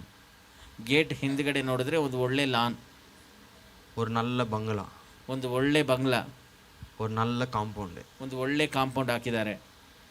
அப்போ உங்களுக்கு என்ன தெரியும், என்ன தெரிஞ்சிருச்சு? ಆವಾಗ ನಿಮ್ಗೆ ಏನು ಗೊತ್ತಾಯ್ತು? இங்க யாரோ இருக்காங்க, ಇಲ್ಲಿ ಯಾರೋ ಇದ್ದಾರೆ. இப்போ அந்த வீட்டை சுத்தி சுத்தி வரீங்க. ಈಗ ಆ ಮನೆನ ಸುತ್ತಿ ಸುತ್ತಿ ಬರ್ತಾ கதவு ಇದ್ದೀರಾ. இருக்கு, ஜன்னல் இருக்குது, டேபிள் சேர் இருக்குது, ಬಾಕ್ಲಿದೆ, ಕಿಟಕಿ ಇದೆ, ಟೇಬಲ್ ಚೇರ್ ಇದೆ, ஃப்ரண்ட் டோர் இருக்குது, பேக் டோர் இருக்குது, ಮುಂದ್ಗಡೆ ಬಾಕ್ಲಿದೆ, ಹಿಂದ್ಗಡೆ ಬಾಕ್ಲಿದೆ, எல்லாமே இருக்குது, ಎಲ್ಲ ಇದೆ. ஆனா அந்த வீடு திறக்கல, யாரும் உள்ளவும் இல்லை, எதுவுமே இல்லை, வெறும் வீடு மாத்திரம் இருக்குது. சுத்தி சுத்தி பார்த்துட்டு உள்ள போக முடியல. சரி, நம்ம தொடர்ந்து வழியை தேடி போவோம். ಆದ್ರೆ ಮನೆ ಬಾಕ್ಲು ಮುಚ್ಚಿದೆ, ಒಳಗಡೆನೂ ಯಾರೋ ಇಲ್ಲ. ಆ ಮನೆನ ನೋಡ್ತೀವಿ, ಅಲ್ಲಿ ಯಾರೋ ಇಲ್ಲ, ನಾವು ಮುಂದೆ ಹೋಗೋಣ ಅಂತ ಹೋಗ್ತಾ அந்த ಇದ್ದೀವಿ. வீட்டை சுத்தி வரீங்க. ಈಗ ಆ ಮನೆನ ಸುತ್ತಕೊಂಡು ಬರ್ತಾ ಇದ್ದೀರಾ. ஏன்னா மனுஷங்க இருந்தாங்கன்னா நடந்து நடந்து ஒரு சின்ன பாதை இருக்கும்ல, ಆ ಮನುಷ್ಯರಿದ್ರೆ ನಡೆದು ಅಲ್ಲಿ ಒಂದು ಚಿಕ್ಕ ದಾರಿ ಇರುತ್ತಲ್ಲ, எவ்வளவு சுத்தினாலும் பாதையே இல்லை. ನೀವು ಎಷ್ಟು ಸುತ್ತೋದ್ರೇನೋ ಅಲ್ಲಿ ದಾರಿನೇ ಇಲ್ಲ. நேரம் ஹெலிகாப்டர்ல வந்து போறாங்களா, என்ன விஷயம், நடந்தே வர மாட்டாங்களா? ஒரு பாதையும் இல்லை சுத்தி. ಇವ್ರು ಎಲ್ಲಿಂದಾದ್ರೂ ಹೆಲಿಕಾಪ್ಟರ್ ಅಲ್ಲಿ ಬಂದು ಇಳಿತಾರ? ನಡೆಯೋದೇ ಇಲ್ವಾ ಇವರು? சரி, நம்ம தேடிட்டு போவோம். ಸರಿ, ನಾವು ಹುಡ್ಕೊಂಡು ಹೋಗೋಣ அப்படின்னு போறீங்க. ಹಾಗೆ ಹೋಗ್ತೀರಾ. பார்த்தா நீங்க பாதை தவறி எங்கேயோ போயிட்டு அதுக்கப்புறம் கேரளா பார்டருக்கு வரீங்க. ಹಾಗೆ ನೀವು ದಾರಿ ತಪ್ಪಿ ಎಲ್ಲೋ ಹೋಗಿ ಹಂಗೆ ಕೇರಳ ಬಾರ್ಡರ್ಗೆ ಹೋಗಿ, கர்நாடகால ஆரம்பிச்சு கேரளாக்கு வரீங்க ஒரு வாரத்துக்கு அப்புறம். ಕರ್ನಾಟಕದಲ್ಲಿ ಪ್ರಾರಂಭ ಮಾಡಿ ಕೇರಳದಲ್ಲಿ ಬಂದು ನಿಲ್ತೀರಾ. ಒಂದು ವಾರ ಆದ್ಮೇಲೆ சொல்றீங்க, ಹೇಳ್ತೀರಾ, ஃபாரஸ்ட் ஆபீசர் பாக்குறீங்க, இந்த மாதிரி நாங்க தொலைஞ்சிட்டோம் காட்டுல, ಫಾರೆಸ್ಟ್ ಆಫೀಸ್ ನೋಡಿ ಹೇಳ್ತೀರಾ, ನಾವು பஸ் எல்லாம் நிக்குது, ಕಾಡಲ್ಲಿ ಕಾಣದೆ ಹೋಗಿ பண்டிப்பூர்ல இருந்து உள்ள இறங்குனோங்க, இங்க கேரளால வந்திருக்கோங்க, எங்க பாதை தெரியாம சுத்தி இருக்கோங்க 5 நாளா அப்படின்றீங்க. நாம் ಬಸ್ಸಲ್ಲಿ ನಿಂತಿದೆ, ನಾವು ಬಂಡೀಪುರಲ್ಲಿ ಬಂದವರು, ಇಲ್ಲಿ ಕೇರಳದಲ್ಲಿ ஃபாரஸ்ட் ஆபீசர் சொல்வாரு, 5 ದಿವಸ ಆಯ್ತು, ஐயோ உள்ள ஒண்ணுமே இல்லைங்க, பாதை இல்லைங்க, நீங்க ஏன் உள்ள நுழைஞ்சிங்க, நீங்க நுழையக்கூடாது, பர்மிட் இருக்கா உங்கள்கிட்ட நான் கேட்பாங்க. ಫಾರೆಸ್ಟ್ ಆಫೀಸರ್ ಕೇಳ್ತಾರೆ, ಒಳಗಡೆ ದಾರಿನೇ ಇಲ್ವಲ್ಲ, ನೀವು ಯಾಕೆ ಬಂದ್ರಿ, ನಿಮ್ಮ ಹತ್ರ ಪರ್ಮಿಟ್ ಇದೆಯಾ ಅಂತ ಕೇಳ್ತಾರೆ. சொல்லுங்க, இல்லைங்க நாங்க வந்தோம், நட்ட நடுவுல ஃபாரஸ்ட்ல ஒரு பியூட்டிஃபுல் பங்களா இருக்குங்க அப்படின்னு. ನೀವು ಹೇಳ್ತೀರಾ, ಇಲ್ಲ ರೀ ನಾವು ಬಂದ್ವಿ, ಆದ್ರೆ ಅಲ್ಲಿ ನೋಡುವಾಗ ಆ ಕಾಡು ಮಧ್ಯೆ ಒಂದು ಸುಂದರವಾದ ಬಂಗ್ಲಾ ಇದೆ ರೀ. ஃபாரஸ்ட் ஆபீசர் சொல்றாரு, பங்களாவா, ಬಂಗ್ಲೇನಾ? அந்த மாதிரிலாம் எதுவும் இல்லையே, ಆ ಥರ ಎಲ್ಲ ಏನೂ ಇಲ್ವಲ್ಲ. ஃபுல் ஃபாரஸ்ட், நாங்கள் ஹெலிகாப்டரில் சர்வே பண்ணுறோம், ஜீப்பில் போகிறோம், எங்கெங்கே என்ன இருக்குது ஃபுல்லாக எங்களுக்கு தெரியும், மேப் இருக்குங்க அப்படின்னு. ಇಡೀ ಕಾಡು ನಾವು ಮಾಡ್ತೀವಿ, ಎಲ್ಲ ನೋಡ್ತಾ ಇದೀವಿ, ನಮ್ಗೆ ಗೊತ್ತಿದೆ, ಆ ಥರ ಬಂಗ್ಲಾ ಏನೂ ಇಲ್ಲ. இல்லைங்க, கேட் இருக்குது, அப்படியே காம்பவுண்டு வச்சிருக்குது, அப்புறம் அழகான நடுவில் ஒரு வீடு இருக்குது, லான் இருக்குது, டோர்ஸ் இருக்குது, விண்டோலாம் இருக்குது, உள்ள பொருளெல்லாம் இருக்குதுங்க. ನೀವು ಹೇಳ್ತೀರಾ, ಇಲ್ಲ ರೀ ಒಂದು ಒಳ್ಳೆ ಗೇಟ್ ಇದೆ, ಒಂದು ಕಾಂಪೌಂಡ್ ಹಾಕಿದ್ದಾರೆ, ಲಾನ್ ಇದೆ, ಆಮೇಲೆ ಕಿಟಕಿ ಬಾಕ್ಲು ಎಲ್ಲ ಇದೆ, ಒಳ್ಳೆ ಒಳ್ಳೆ ವಸ್ತುಗಳೆಲ್ಲ ಇದೆ. ಹಾಫ್ ಡೇ ಹಂಗೆ ನಿನ್ನೆಲ್ಲ பார்த்துருக்கோம், யாரும் இல்லைங்க உள்ள. ನಾವು ಅರ್ಧ ದಿನ ಅಲ್ಲಿ ನಿಂತು ನೋಡಿದೀವಿ, ಆದ್ರೆ ಒಳಗಡೆ ಯಾರು ಇಲ್ಲ ರೀ. ஃபாரஸ்ட் ஆஃபீஸர், என்னங்க கதை விட்டுறீங்க? ಫಾರೆಸ್ಟ್ ಆಫೀಸರ್ ಹೇಳ್ತಾರೆ, ಏನ್ರಿ ಕತೆ ಬಿಡ್ತಾ ಇದ್ದೀರಾ? ಮಾನು ஆடு மாடு எல்லாம் சேர்ந்து வீடு கட்டுச்சா உள்ள? ಏನು என்ன ಕುರಿ ದನ ಎಲ್ಲ ಸೇರಿ ಮನೆ ಕಟ್ತಾ ಒಳಗಡೆ? நீங்க சொல்றீங்க சார், நீங்க வாங்க சார் கூட, நான் காட்டுறேன். ನೀವು ಹೇಳ್ತೀರಾ ಸರ್ ಬನ್ನಿ ಸರ್ ಜೊತೆಲಿ என்ன கூட்டு போங்க சார், நான் காட்டுறேன், இருக்குது சார். ನನ್ನ ಕರ್ಕೊಂಡು ಹೋಗಿ ಸರ್, ನಾನು ತೋರಿಸ್ತೀನಿ, ಅಲ್ಲಿ ಇದೆ ಸರ್. இப்போ பெரிய வாக்குவாதம் என்ன பண்றோம்? இல்ல எங்களுக்கு தெரியும், நாங்க இப்போ வந்த பாதை எங்களுக்கு புரியுது, அப்படியே போகலாம் வாங்க, நான் உங்களுக்கு இருக்குது 100% நான் காட்டுறேன் வாங்கன்னு ஆஃபீஸர் கூப்பிட்டு போகிறோம். ಹಾಗೆ ಒಂದು ದೊಡ್ಡ ಆರ್ಗ್ಯುಮೆಂಟ್ ಆಗಿ ಆಮೇಲೆ ಅವ್ರನ್ನ ಕರ್ಕೊಂಡು ಹೋಗ್ತೀವಿ, ಬನ್ನಿ ತೋರಿಸ್ತೀನಿ ಅಂತ ಕರ್ಕೊಂಡು ಹೋಗ್ತೀವಿ. போயிட்டோம், ಅಲ್ಲಿ ಹೋಗಿದ್ದೀವಿ. அதே மாதிரி அந்த இடம் இருக்குது, அந்த வீடு இருக்குது, காம்பவுண்ட் இருக்குது, ಅದೇ ತರ ಜಾಗ ಇದೆ, ಆ ಮನೆ ಇದೆ, ಆ ಕಾಂಪೌಂಡ್ ಇದೆ, கார்டன் லான் எல்லாம் இருக்குது, கேட் இருக்குது, ಆ ತೋಟ ಲಾನು ಗೇಟ್ ಎಲ್ಲ ಇದೆ. சார் இதான் சார் சொன்னேன் சார், பாருங்க சார். ನೋಡಿ ಸರ್ ಇದೇ ಸರ್ ನಾನು ಹೇಳಿದ್ದು, ನೋಡಿ ಸರ್. இதுவா? ಇದಾ? விடுங்க, வாங்க போகலாம். ಬಿಡಿ, ಬನ್ನಿ ಹೋಗೋಣ. இல்ல சார், யாரோ இருக்கிறாங்க சார், ஆனா இவங்க எப்படி எந்த பாதையும் இல்லாத இங்க வந்துட்டு போறாங்கன்னு தெரியல, வீடெல்லாம் இருக்குது. ಇದು ಇಲ್ಲಿ ಯಾರೋ ಇದ್ದಾರೆ ಸರ್, ಆದ್ರೆ ಯಾವ ದಾರಿನೂ ಇಲ್ಲದೆ ಹೇಗೆ ಬಂದು ஆபீசர் சொல்றாரு. ಆಫೀಸರ್ ಹೇಳ್ತಾರೆ, அந்த மரம் தெரியுதா உங்களுக்கு? ಆ ಮರ ಗೊತ್ತಿದೆಯಾ இந்த ನಿಮಗೆ? பக்கம் இந்த பெரிய ஆலமரம் தெரியுதா உங்களுக்கு? ಈ ಕಡೆ ದೊಡ್ಡ ಆಲಮರ ನೋಡ್ತೀರಾ? அங்க அந்த பலாமரம் தெரியுதா உங்களுக்கு? ಅಲ್ಲಿ ಒಂದು ಮರ ನೋಡ್ತೀರಾ? அந்த மாதிரி தான் இதுவும் ஒரு செடிங்க, வீடு மாதிரி இருக்குது. ಆ ತರ ಇದು ಒಂದು ಗಿಡ ರೀ, ಒಂದು ಮನೆ ತರ ಇದೆ. தானாவே காம்பவுண்ட் வளர்ந்து, தானாவே கேட் வளர்ந்து, தானாவே வீடு வளர்ந்து இருக்குங்க, நேச்சுரலா. அப்படின்னா ஒத்துப்பீங்களா? ಹಾಗೆ ಅದು ತಾನಾಗಿ ಒಂದು ಕಾಂಪೌಂಡ್ ಆಗಿದೆ, ಒಂದು ಮನೆ ಆಗಿದೆ, ಒಂದು ಇದಾಗಿದೆ, ಅದು ಪ್ರಕೃತಿ ಆಗಿದೆ. மரம், செடி, புல்லு, கல்லு, மண்ணு இதெல்லாம் எப்படி நேச்சுரலா உருவாச்சோ, இந்த வீடும் நேச்சுரலாவே இருக்குது. அங்க ಈ ಮರ ಗಿಡ ಕಲ್ಲು ಹೇಗೆ ಪ್ರಕೃತಿಯಾಗಿ ಬಂತೋ ಅದೇ ಪ್ರಕಾರ ಈ ಮನೇನು ಪ್ರಕೃತಿಯಾಗಿ ಬಂತು, ಯಾರು ಕಟ್ಟಿಲ್ಲ ಇದು. அப்படி சொன்னா ஒத்துக்குவீங்களா? ಆ ತರ ಹೇಳಿದ್ರೆ ಒಪ್ಕೊಳ್ತೀರಾ ನೀವು? இல்ல, இது இன்ஜினியர் வச்சு பில்லரை போட்டு இங்க மேல ஓடு, இதெல்லாம் நேச்சுரலா எப்படி வரும்? ಇದು ಒಂದು ಇಂಜಿನಿಯರ್ ಪಿಲ್ಲರ್ ಹಾಕಿ, ಇಲ್ಲಿ ವಿಂಡೋ, ಇಲ್ಲಿ ಕಿಚನ್, ಇಲ್ಲಿ ಬಾಗಿಲಿಟ್ಟು, ಇಲ್ಲಿ ಕಿಚನ್ ಇಟ್ಟು, இல்ல குரங்கு செஞ்சிருச்சா? இது கோತಿ ಮಾಡಿ, கொரில்லா வந்து வீடு கட்டிடுச்சா? இல்ல கொரில்லா ಬಂದು ಮನೆ ಕಟ್ಟಿದ್ಯಾ? அவங்களுக்கெல்லாம் அவ்வளவு ஞானம் கிடையாது, ಅವ್ರಿಗೆಲ್ಲ ಅಷ್ಟು ಬುದ್ಧಿ ಇಲ್ಲ. இது நேச்சுரல் இல்லைங்க, இது யாரோ ஒரு மேன்மேட். இது ಪ್ರಕೃತಿಯಿಂದ ಆಗಿರೋದಲ್ಲ ರೀ, ಯಾರೋ ಮನುಷ್ಯರು ಮಾಡಿರೋ ಕೆಲಸ ಇದು. சரி, இந்த வீட்டையே உங்களால ஒத்துக்க முடியல. சரி, ಮನೆನೇ ನಿಮ್ಮಿಂದ ಒಪ್ಕೊಳ್ಳೋಕೆ ಆಗಿಲ್ಲ, ಆನದಿಲ್ಲ, ಇದು ಮ್ಯಾನ್ ಮೇಡ್ ಥಿಂಗ್. புரியுதா? ಇದು ಪ್ರಕೃತಿಯಿಂದ ಆಗಿದ್ದಲ್ಲ, ಇದು ಮನುಷ್ಯರು ಮಾಡಿರೋ ಕೆಲಸ, நான் ಮನುಷ್ಯರ ಕೈ ಕೆಲಸ. ஒரே ஒரு விஷயத்தை கேக்குறேன், ನಾನು ಒಂದೇ ಒಂದು ವಿಷಯ ಕೇಳ್ತೀನಿ. உங்க கண் இருக்குல்ல, கண்ணு, ನಿಮ್ ಕಣ್ಣಿದೆಯಲ್ಲ, ಕಣ್ಣು இருக்கா இல்லையா? ಇದೆಯಾ ಇಲ್ವಾ? இருக்கு. யூஸ் பண்ணிருக்கீங்களா? ಉಪಯೋಗಿಸ್ತಾ ಇದ್ದೀರಾ? இந்த கண்ணு வந்துட்டு, ಈ ಕಣ್ಣು ಬಂದು இதோடைய டெக்னாலஜி எப்படின்னு உங்களுக்கு தெரிஞ்சிச்சுன்னா, ಇದರ ಟೆಕ್ನಾಲಜಿ ಹೇಗೆ ಅಂತ ನಿಮ್ಗೆ ಗೊತ್ತಾದ್ರೆ, எப்படிப்பட்ட லென்ஸ் இருக்குது, ಇದರಲ್ಲಿ ಯಾವ ತರ ಲೆನ್ಸ್ ಇದೆ, இந்த கண்ணுக்கு பின்னாடி எவ்வளோ மில்லியன் டாட் மெகா பிக்சல்ஸ் உடைய பிக்சர் ஃபிலிம் இருக்குது, ಈ ಕಣ್ಣು ಹಿಂದ್ಗಡೆ ಎಷ್ಟು ಮಿಲಿಯನ್ ಡಾಟ್ಸ್ ಮೆಗಾ ಪಿಕ್ಚರ್ಸ್ ಇದೆ. இதை ஒருத்தன் இன்ஜினியரிங் பண்ணாம இது உருவாச்சுன்னு சொன்னா ஒத்துக்கிற மாதிரி இருக்குதா? ಇದನ್ನ ಒಬ್ರು ಇಂಜಿನಿಯರಿಂಗ್ ಮಾಡದೆ ಇದು ಸೃಷ್ಟಿ ಆಯ್ತು ಅಂತ ಹೇಳಿದ್ರೆ ಒಪ್ಕೊಳ್ಳೋ ತರ ಇದೆಯಾ? ஜஸ்ட் ஒரு கண்ணு, ಜಸ್ಟ್ ಒಂದು ಕಣ್ಣು. இது பிளானிங் இல்லாம ஒருத்தன் இதை யோசிச்சு இப்படி இருக்கணும்னு செய்யாம நேச்சுரலா இப்படி வந்துருச்சுன்னா, அப்போ அந்த வீடு கூட நேச்சுரலா வந்துச்சு. ಇದು ಒಬ್ಬ ಪ್ಲಾನ್ ಮಾಡದೆ, ಇದು ಹೀಗಿರಬೇಕು ಅಂತ ಯೋಚನೆ ಮಾಡದೆ ಇದು ಬಂದು ಹೇಳಿದ್ರೆ, ಆವಾಗ ಆ ಮನೇನು ಹಾಗೆ ನ್ಯಾಚುರಲ್ ಆಗಿ ಬಂದಿದೆ ಅಂತ. இந்த பில்டிங் கூட உலகம் உருவாம தானா இப்படி நின்னுடுச்சு. ಈ ಒಂದು building millions of years before ಲೋಕ ಸೃಷ್ಟಿ ಆಗುವಾಗಲೇ ಇದು மீட்டியராய்டு வந்து இடிக்கும் போது இந்த பில்டிங் மாத்திரம் இப்படி செங்குத்தா நின்னுக்குச்சு. ஒத்துக்குவீங்களா? அப்போ இந்த ஹியூமன் பாடி மாத்திரம் நீங்க பாத்தீங்கன்னா இதுக்குள்ள எவ்வளவு இன்ஜினியரிங் சயின்ஸ் இருக்குன்னா தலையை பிச்சுக்குவீங்க. ಈ ಒಂದು ಮನುಷ್ಯ ಶರೀರವನ್ನ ನೀವು ನೋಡುವಾಗ ಇದರಲ್ಲಿ ಎಷ್ಟು ಇಂಜಿನಿಯರಿಂಗ್ ಸೈನ್ಸ್ ಇದೆ ಅಂತ ನೀವು ನೋಡಿದ್ರೆ ನಿಮ್ಗೆ ಸಿಂಪಲ್ ಆಗಿ ಕೇக்குறேங்க, ಸಿಂಪಲ್ ಆಗಿ ಕೇக்குறேன். ಸರಿ, ಸಿಂಪಲ್ ಆಗಿ ಕೇಳ್ತೀನಿ. உங்க வாய் ஏன் கால்ல இருந்திர கூடாது? ನಿಮ್ ಬಾಯಿ ಯಾಕೆ ಕಾಲಲ್ಲಿ ಇರಬಾರ್ದಾಗಿತ್ತು? பாருங்க, பழம் கீழே வந்துச்சுன்னா இப்படியே சாப்பிடலாம். ನೋಡಿ, ಹಣ್ಣು ಕೆಳಗೆ ಬಿದ್ದರೆ ಹೀಗೆ ತಿನ್ಬಹುದು. கறக்கு கறக்கு கறக்கு கறக்கு அப்படியே மேலே ஏறும். நினைச்சு பாருங்க. சரி, நம்ம கவு மாதிரி இந்த ரெண்டு கண்ணும் இந்த பக்கமும் இந்த பக்கம் சைடுல இருந்தா எப்படி இருந்திருக்கும்? ಹಸು ತರ ಎರಡು ಕಣ್ಣು ಸೈಡ್ ಅಲ್ಲಿ ಇದ್ದಿದ್ರೆ ಏನಿರುತ್ತೆ? எப்பவுமே இந்த மாடை பார்த்து ரொம்ப ஆச்சரியப்படுறேன். உனக்கு நான் தெரியறேனா, இந்த பக்கம் வரவா அந்த பக்கம் வரவா? ಯಾವಾಗ್ಲೂ ಈ ಹಸುನ ನೋಡುವಾಗ ನನಗೆ ಆಶ್ಚರ್ಯ. இங்க ஒண்ணு இருக்குது காது மாதிரி, ಈ ಕಡೆ ಒಂದಿದೆ, ಈ ಕಡೆ ಒಂದಿದೆ ಕಿವಿ ತರ. எப்படி அட்ஜஸ்ட் பண்ணி பார்க்கிறதுன்னு தெரியல. ಹೇಗೆ ಅಡ್ಜಸ್ಟ್ ಮಾಡಿ ನೋಡುತ್ತೆ ಅಂತ ಗೊತ್ತಾಗ್ತಾ ಇಲ್ಲ. உள்ள ஆண்டவர் 2 மானிட்டர் வச்சிருக்காரான்னு தெரியல. ಒಳಗಡೆ ದೇವರು 2 ಮಾನಿಟರ್ ಇಟ್ಟಿದ್ದಾರೆ ಅಂತ ಗೊತ್ತಿಲ್ಲ. இந்த பக்கம் பாத்துக்கோ, இந்த மானிட்டர்ல பாத்துக்கோ. பாருங்க, ஒருத்தன் இந்த உலகத்துல இப்படிப்பட்ட ஒரு மனுஷன், இந்த கண்ணு இங்க இருக்குது, அதுக்கு லென்ஸ் இருக்குது, அதுல வந்துட்டு பிக்சர் இருக்குது, அது பார்க்குது, பிரெயின் சென்ஸ் பண்ணுது, வாய் இங்கே இருக்குது, ஸ்டமக் இங்கே இருக்குது, எல்லாமே வந்து இன்ஜினியர்டு. இங்கே சாப்பிட்டா கீழே இறங்கி ஸ்டமக் போகணும், ஸ்டமக்லேருந்து டைஜஸ்டிவ் பார்ட்ஸுக்கு போகணும், அங்கேருந்து லிவர் பிரித்து எல்லாம் இட்ஸ் இன்ஜினியர்டு. ನೋಡಿ ಎಲ್ಲ ಒಂದು ಇಂಜಿನಿಯರಿಂಗ್ ಆಗಿದೆ. ஹல்லேலூயா. ಹಲ್ಲೆಲೂಯಾ. இந்த பில்டிங் டேங்க் எங்க இருக்குது? ಈ ಬಿಲ್ಡಿಂಗ್ ಟ್ಯಾಂಕ್ ಎಲ್ಲಿದೆ? பேஸ்மெண்ட்ல இருக்குதா மேலே இருக்குதா? ಬೇಸ್ಮೆಂಟ್ ಅಲ್ಲಿ ಇದೆಯಾ ಮೇಲೆ ಇದೆಯಾ? பேஸ்மெண்ட்ல இருந்தா தண்ணி மேலே வருமா? ಬೇಸ್ಮೆಂಟ್ ಅಲ್ಲಿ ಇದ್ರೆ ನೀರು ಮೇಲೆ மேலே ಬರುತ್ತಾ? இருந்தா கீழே வரும் தண்ணி. ಮೇಲೆ ಇದ್ರೇನೆ ಕೆಳಗಡೆ ಬರುತ್ತೆ ನೀರು. அப்ப அது தட்ஸ் கால்ட் இன்ஜினியரிங். ಅದನ್ನ ನಾವು ಇಂಜಿನಿಯರಿಂಗ್ ಅಂತ ಹೇಳ್ತೀವಿ. தண்ணி தொட்டி மேலே இருந்தாதான் பைப் வச்சா கீழே இறங்கும் தண்ணி. ಆ ಟ್ಯಾಂಕ್ ಮೇಲೆ ಇದ್ರೇನೆ ಮೇಲೆಯಿಂದ ಕೆಳಗಡೆ ಬರುತ್ತೆ ನೀರು. நான் இங்க வெளியில ஒரு தொட்டி வச்சு தண்ணி நிரப்பிட்டு மேலே எப்படி போவோம் அப்படி யோசிச்சுட்டு இருந்தா போமா? ನಾನು ಹೊರಗಡೆ ಒಂದು ತೊಟ್ಟಿಯಲ್ಲಿ ನೀರು ತುಂಬಿಸ್ಬಿಟ್ಟು ಮೇಲೆ ಹೋಗ್ಬೇಕು ನೀರು ಅಂತ ಯೋಚನೆ ಮಾಡಿದ್ರೆ ಹೋಗುತ್ತಾ? பக்கெட் தான் எடுத்துட்டு போகணும். ಬಕೆಟ್ನ ಎತ್ಕೊಂಡು ಹೋಗ್ಬೇಕು. இப்போ எவனோ ஒருத்தன் நடுவில் யோசிச்சிருப்பான், சார் நம்ம பக்கெட்ல எடுத்துட்டு போறதை விட ஒரே தடவை அந்த டேங்க் மேலே வச்சுட்டு அங்கே தண்ணியை நிரப்பிட்டா அப்படி கீழே வரைக்கும் அது வந்துடும் இல்லையா? ஆமா. ಆಗ ಯಾರೋ ಒಬ್ರು ಯೋಚನೆ ಮಾಡಿದ್ದಾರೆ, ನಾವು ಬಕೆಟ್ ಅಲ್ಲಿ ನೀರು ಎತ್ಕೊಂಡು ಮೇಲೆ ಹೋಗೋದಕ್ಕೆ ಬದಲಾಗಿ ಆ ಟ್ಯಾಂಕ್ನೇ ಮೇಲೆ ಇಟ್ಬಿಟ್ರೆ ಮೇಲಿಂದ ನೀರು ಕೆಳಗಡೆ ಬರಲ್ವಾ? அப்போ பவுல் என்ன சொல்றாருன்னா, ಆಗ ಪೌಲನು ಏನ್ ಹೇಳ್ತಾರೆ ಅಂದ್ರೆ, இந்த உலகத்தை பார்க்கும்போது, ಈ ಲೋಕವನ್ನು ನೋಡುವಾಗ, இத இன்னொரு அறிவு உள்ள ஒரு சக்தி, நல்ல வார்த்தை, ஒரு அறிவு உள்ள ஒரு சக்தி தான் இதை உருவாக்கி இருக்குது என்று புரிகிறது.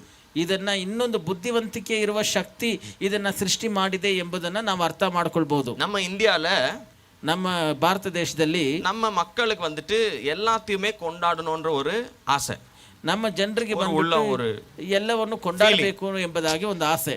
ஆனா நம்ம மக்கள் என்ன பண்றாங்க, ಮನಸ್ಸು என்ன பண்றாங்க, ಅದರಿಂದ ನಮ್ಮ மரச்செடி கொடியை வந்துட்டு அதை வந்துட்டு கடவுளா கும்பிடுவாங்க. ಗಿಡ ಮರ ಇದನ್ನ ಬಂದ್ಬಿಟ್ಟು ದೇವರಾಗಿ ಪೂಜೆ ಮಾಡ್ತಾರೆ.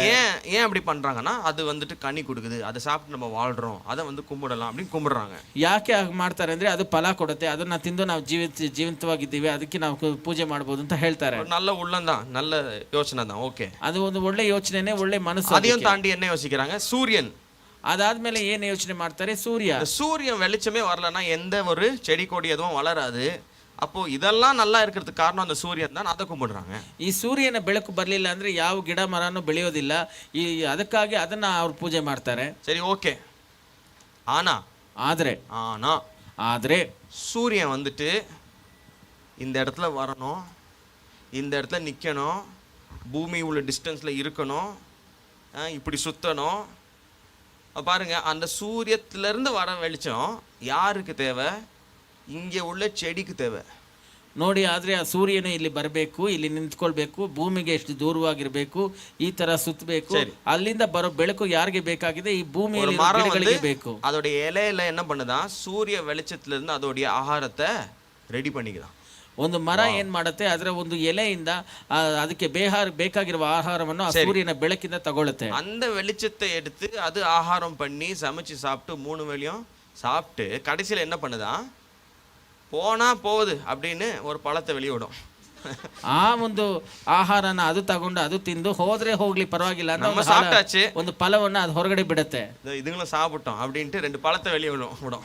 ಸರಿ, ನಾವು ತಿಂದಾಯ್ತು, ಇವುಗಳು ತಿನ್ಕೊಂಡು ಹೋಗ್ಲಿ ಅಂತ 2 ಫಲನ ಬಿಡುತ್ತೆ. பிச்சு எடுத்தீங்கன்னா, ಆ ಹಣ್ಣನ್ನ ನೀವು ಕಿತ್ತು ತಿಂದ್ರೆ, ஒரு ஆப்பிள பிச்சு எடுக்கிறீங்க மரத்துல, ಒಂದು ಆಪಲನ್ನ ಕಿತ್ತು ತಿಂದ್ರೆ, மாம்பழத்தை பிச்சு எடுக்கிறீங்க, ಒಂದು ಮಾವಿನನ್ನ ಕಿತ್ತೀರಾ, அந்த மாம்பழமோ அந்த வாழைப்பழமோ அந்த ஆப்பிளும், ಆ ಮಾವಿನನ್ನು ಆ ಬಾಳೆಯನ್ನು ಆ ಆಪಲು எதுக்கு டிசைன் பண்ணிருக்கு தெரியுமா? ಯಾಕೆ ಡಿಸೈನ್ ಮಾಡಿದ್ದಾರೆ ಗೊತ್ತಾ? மனிதர்கள் சாப்பிட்டு அதுல இருந்து விட்டமின்ஸ் எடுத்து வாழும்படி நமக்காக அது டிசைன் ஆயிருக்குது. ಮನುಷ್ಯರು ತಿಂದು ಅದರಿಂದ ಶಕ್ತಿ ಪಡ್ಕೊಂಡು ಜೀವನ ನಡೆಸೋ ಹಾಗೆ ಅದು ಡಿಸೈನ್ ಮಾಡಿದ್ದಾರೆ. ஒரு பழம் மரத்துல வருதுன்னா, ಅದು ಹೇಗೆ ಅಂದ್ರೆ, ಒಂದು ಹಣ್ಣು ಮರದಲ್ಲಿ ಬರುತ್ತೆ ಅಂದ್ರೆ பக்கத்துல உள்ள 4 மரம் அதை சாப்பிட்டுக்கிட்டோம் அப்படின்றதுக்காக இல்ல, ಪಕ್ಕದಲ್ಲಿರುವ ಒಂದು 4 ಮರ ಅದನ್ನ ತಿನ್ಕೊಳ್ಳಿ ಅನ್ನೋದಕ್ಕಾಗಿ ಇಲ್ಲ. எந்த மரத்துக்கும் அந்த பழம் தேவையில்லை. ಯಾವ ಮರಕ್ಕೂ ಆ ಹಣ್ಣು ಬೇಕಾಗಿಲ್ಲ. தேவையா? ಬೇಕಾಗಿದ್ಯಾ? தேவையில்லை. ಬೇಕಾಗಿಲ್ಲ. யாருக்காக பழத்தை ரிலீஸ் பண்ணிருக்குது? ಆಗ ಯಾರಿಗಾಗಿ ಅದು ಹಣ್ಣನ್ನ ಬಿಡುಗಡೆ ಮಾಡ್ತಾ ಇದೆ? யாருக்காக? ಯಾರಿಗಾಗಿ? அப்ப நாம வரோம்னு அதுக்கு எப்படி தெரியும்? ಆಗ ನಾವು ಬರ್ತೀವಿ ಅಂತ ಅದಕ್ಕೆ ಹೇಗೆ ಗೊತ್ತು?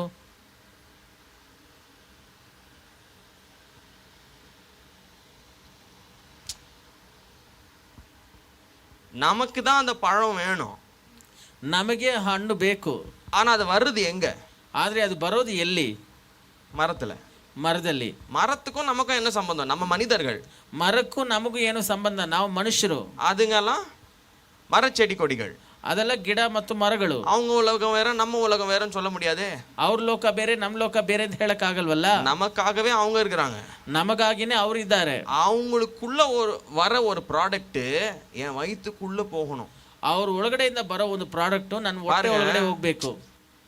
உங்களுக்கு புரியுதா என்னன்னு தெரியல. உங்க பாக்கெட்ல கர்ச்சீஃப் இருக்கா?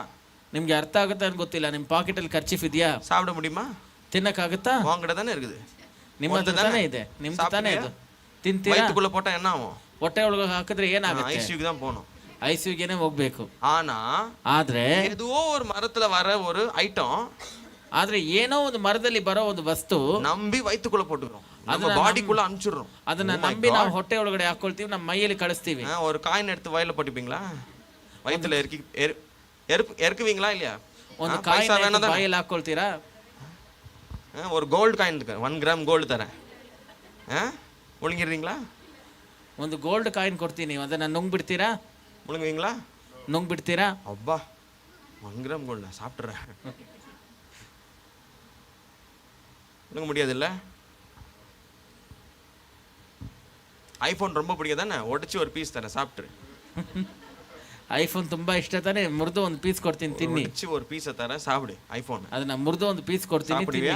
ತಿಂತೀರಾ? இல்ல ஆனா ஏதோ ஒரு வேற ஒரு சிருஷ்டி மேல வளர்ற ஒரு விஷயத்தை எடுத்து வயித்துக்குள்ள போட்டுக்கிறோம். ಆದ್ರೆ ಬೇರೆ ಒಂದು ಸೃಷ್ಟಿಯಲ್ಲಿ ಬರುವ ಒಂದು ಕಾರ್ಯನ ಎತ್ತಿ ನಮ್ಮ ಬಾಯಲ್ಲಿ ಹಾಕೊಳ್ತೀವಿ ಧೈರ್ಯವಾಗಿ. நம்ம நாக்குக்கு வேண்டிய டேஸ்ட்ல அங்க வளருது. ಅದು ನಮ್ಮ ನಾಲ್ಗೆಗೆ ಬೇಕಾಗಿರೋ ರುಚಿಯಲ್ಲಿ ಅಲ್ಲಿ ಬೆಳೆಯುತ್ತೆ. நம்ம வயிறு அதை டைஜஸ்ட் பண்ற மாதிரி அது வளர்ந்திருக்கு. ನಮ್ಮ ಹೊಟ್ಟೆ ಅದನ್ನ ಜೀರ್ಣ ಮಾಡ್ಕೊಳ್ಳೋ ಹಾಗೆ ಅದು ಬೆಳೆದಿದೆ. ஏன் சரீரத்துல இருக்க வேண்டிய விட்டமின்ஸ் அதுல இருக்கு. ನನ್ನ ಮೈಯಲ್ಲಿ ಇರಬೇಕಾಗಿರೋ ವಿಟಮಿನ್ಸ್ ಅದರಲ್ಲಿದೆ. ஏதோ பழைய ஜென்மம் கனெக்ஷன் இருக்கு, ஏன் பாடிக்கு தேவையானது எப்படி அந்த மரத்துல இருக்கு? ಏನೋ ಒಂದು ಹಳೆ ಜನ್ಮದ ಒಂದು ಸಂಬಂಧ ಇದೆ. ನನ್ನ ಮೈಗೆ ஜென்மத்துல நாம 2 பேரும் அக்கா தங்கச்சியா பிறந்திருக்கிறோம், அதனாலதான் என் சரீரத்துல என்ன வேணும்னு இந்த மரத்துக்கு தெரிஞ்சிருக்குது, செஞ்சு விடுது. ஆமாவா? ಹೋದ ಜನ್ಮದಲ್ಲಿ ಏನೋ ಅಕ್ಕ ತಂಗಿಯಾಗಿ ಹುಟ್ಟಿದೀವಿ, ಅದಕ್ಕೆ ನನಗೆ ಏನ್ இந்தியாக்குனே உருவாக்குன மெசேஜ் இன்னைக்கு. ಇದು ಭಾರತ ದೇಶಕ್ಕಿಂತ ಇರೋ ಸಂದೇಶ. வெளி தேசத்துல உள்ளவங்க யோசிப்பாங்க, போன ஜென்மமா? ಹೊರಗಡೆ ದೇಶದವರು ಯೋಚನೆ ಮಾಡ್ತಾರೆ, ಹೋದ ಜನ್ಮ. யோசிச்சே இருங்க. ಹಾಗೆ ಅಂದ್ರೆ ನೀವು ಯೋಚನೆ ಮಾಡ್ತಾನೆ ಇರಿ. Hallelujah. Hallelujah. Let's read the scripture. ವಾಕ್ಯನ ಓದೋಣ. Romans, you have it? ரோமர் 1:20. எப்படி என்றால் காணப்படாதவைகளாகிய அவருடைய நித்திய வல்லமை, தேவத்துவம் என்பவைகள் உண்டாக்கப்பட்டிருக்கிறவைகளினாலே உலகம் உண்டானதுக்கு முதற்கொண்டு தெளிவாய் காணப்படும். ஓ ஹalleluya. ஆதலால் அவர்கள் போக்கு சொல்ல இடமில்லை. ஓகே, மறுபடியும் படிங்க, ஸ்லோவா படிங்க. எப்படி என்றால் காணப்படாதவைகளாகிய அவருடைய நித்திய வல்லமை, தேவத்துவம் என்பவைகள். பாருங்க, கர்த்தருடைய ராஜ்யம், கர்த்தருடைய வல்லமை, கர்த்தருடைய வார்த்தை வந்துட்டு பார்க்க முடியாது, காணப்படாத ஒரு விஷயம். ನೋಡಿ, ದೇವರ ರಾಜ್ಯ, ದೇವರ ಶಕ್ತಿ, ದೇವರ ಮಹಿಮೆ ಇದು ನೋಡಕ್ಕಾಗದೇ ಇರುವ ಒಂದು ವಿಷಯ. பரலோகத்தை காண முடியாது, ಪರಲೋಕವನ್ನು ನಾವು ನೋಡಕ್ಕಾಗೋದಿಲ್ಲ. ಆದ್ರೆ உண்டாக்கப்பட்டிருக்கிறவைகளினாலே காணக்கூடிய இந்த உலகத்தை பார்க்கும்போது உலகம் உண்டானது முதற்கொண்டு தெளிவாய் காணப்படும். அதாவது என்ன சொல்ல வர்றாரு இந்த வசனத்துல? இந்த உலகத்தை ஒழுங்கா உத்து பார்த்தோம்னா காணக்கூடாத அந்த உலகம் இருக்குன்னு நமக்கு ப்ரூவ் ஆகுது. ಈ ವಾಕ್ಯದಲ್ಲಿ ಏನು ಹೇಳ್ತಾರಂದ್ರೆ, ಈ ಲೋಕವನ್ನು ನಾವು ಸ್ವಲ್ಪ ದೃಷ್ಟಿಸಿ ನೋಡಿದ್ರೆ ಆ ಕಾಣದೇ ಇರುವ ಲೋಕವು ಇದೆ ಎಂಬುದಕ್ಕೆ ಆಧಾರವಾಗಿದೆ. ஏன் வயிற்றுக்கு வேண்டிய சாப்பாடு எப்படி இன்னொரு கட்டையிலிருந்து ஒரு மரத்திலிருந்து வருது? ನನ್ನ ಹೊಟ್ಟೆಗೆ ಬೇಕಾಗಿರುವ ಒಂದು ಊಟ ಅದು ಹೇಗೆ ಬೇರೆ ಒಂದು ಮರದಿಂದ ಬರುತ್ತೆ? அப்போ இது ஒரு புத்திசாலியான ஒரு சக்தி படைச்சிருக்கு. ಆಗ ಇದನ್ನ ಒಂದು ಬುದ್ಧಿವಂತಿಕೆ ಇರೋ ಒಂದು ಶಕ್ತಿ ಉಂಟು ಮಾಡಿದೆ. அப்படி நீ அதை ஒத்துக்கலன்னா, ಹಾಗೆ ನೀನು ಅದನ್ನ ಒಪ್ಕೊಳ್ಳಿಲ್ಲ ಅಂದ್ರೆ, இந்த உலகம் படைக்கும் போது எப்படி ஹிமாலயாஸும் எவரெஸ்ட் மவுண்டனும் ஊட்டி மலையும் வந்துச்சு, அதே மாதிரி தான் இந்த பில்டிங்கும் வந்துச்சு. இதை யாரும் கட்டல. ಈ ಲೋಕ ಸೃಷ್ಟಿ ಮಾಡುವಾಗ ಹೇಗೆ ಹಿಮಾಲಯ ಬೆಟ್ಟನೋ ಊಟಿನಲ್ಲಿರೋ ಬೆಟ್ಟನೋ ಮೌಂಟ್ ಎವರೆಸ್ಟ್ ಬಂತು, தானே? ಅದೇ ಪ್ರಕಾರ ಈ ಬಿಲ್ಡಿಂಗ್ ಬಂತು. ಇದನ್ನ ಯಾರು ಕಟ್ಲಿಲ್ಲ. நீங்க பைக்ல வந்தீங்கன்னு வச்சுக்கோங்க, ನೀವು ಬೈಕಲ್ಲಿ ಬಂದ್ರಿ ಅಂತ ಇಟ್ಕೊಳ್ಳಿ. இப்போ எப்படி மரம் வந்து இலை வருது, காம்பு வருது, செடி வருது, அந்த மாதிரி தான் இந்த பைக்கும் வந்திருக்குங்க. இது யாரும் செய்யல. ಹೇಗೆ ಮರ ಬಂತು, ಎಲೆ ಬಂತು, ಕೊಂಬೆ ಬಂತು, ಅದೇ ಪ್ರಕಾರ ಈ ಬೈಕು ಬಂತು. ಯಾರು ಇದನ್ನ ಮಾಡ್ಲಿಲ್ಲ. ಹಾಗೆಂತ ಒಪ್ಕೊಳ್ತೀರಾ? செடி வளர மாதிரி பைக் எங்கேயோ வளர்ந்து நின்று இருக்கு, நான் ஓட்டின்னு வந்துட்டேன். ಗಿಡ ಬೆಳೆಯೋ ತರ ಎಲ್ಲೋ ಬೈಕ್ ಬೆಳೆದು ನಿಂತಿದೆ, ನಾನು ಓಡಿಸ್ಕೊಂಡ್ ಬಂದ್ಬಿಟ್ಟೆ. எந்த மனுஷனும் இது செய்யல. ಯಾವ ಮನುಷ್ಯನೂ ಇದನ್ನ ಮಾಡಲಿಲ್ಲ. நேச்சுரலாவே இப்படிதான் இருக்குது அப்படின்னா ஒத்துக்குவீங்களா? ಇದು ಪ್ರಕೃತಿಯಲ್ಲೇ ಹೀಗಿದೆ ಅಂದ್ರೆ ಒಪ್ಕೊಳ್ತೀರಾ? அப்ப நேச்சுரலாவே நமக்கு ஓடுறதுக்கு 2 காலு, வேலை செய்யறதுக்கு 2 கை, யோசிக்கிறதுக்கு மூளை, பார்க்கறதுக்கு கண்ணு, அதுக்குள்ள லென்ஸ், HD கிளியர், 4K கிளாரிட்டியோட, இதெல்லாம் யாரும் யோசிக்காம வந்துருச்சா?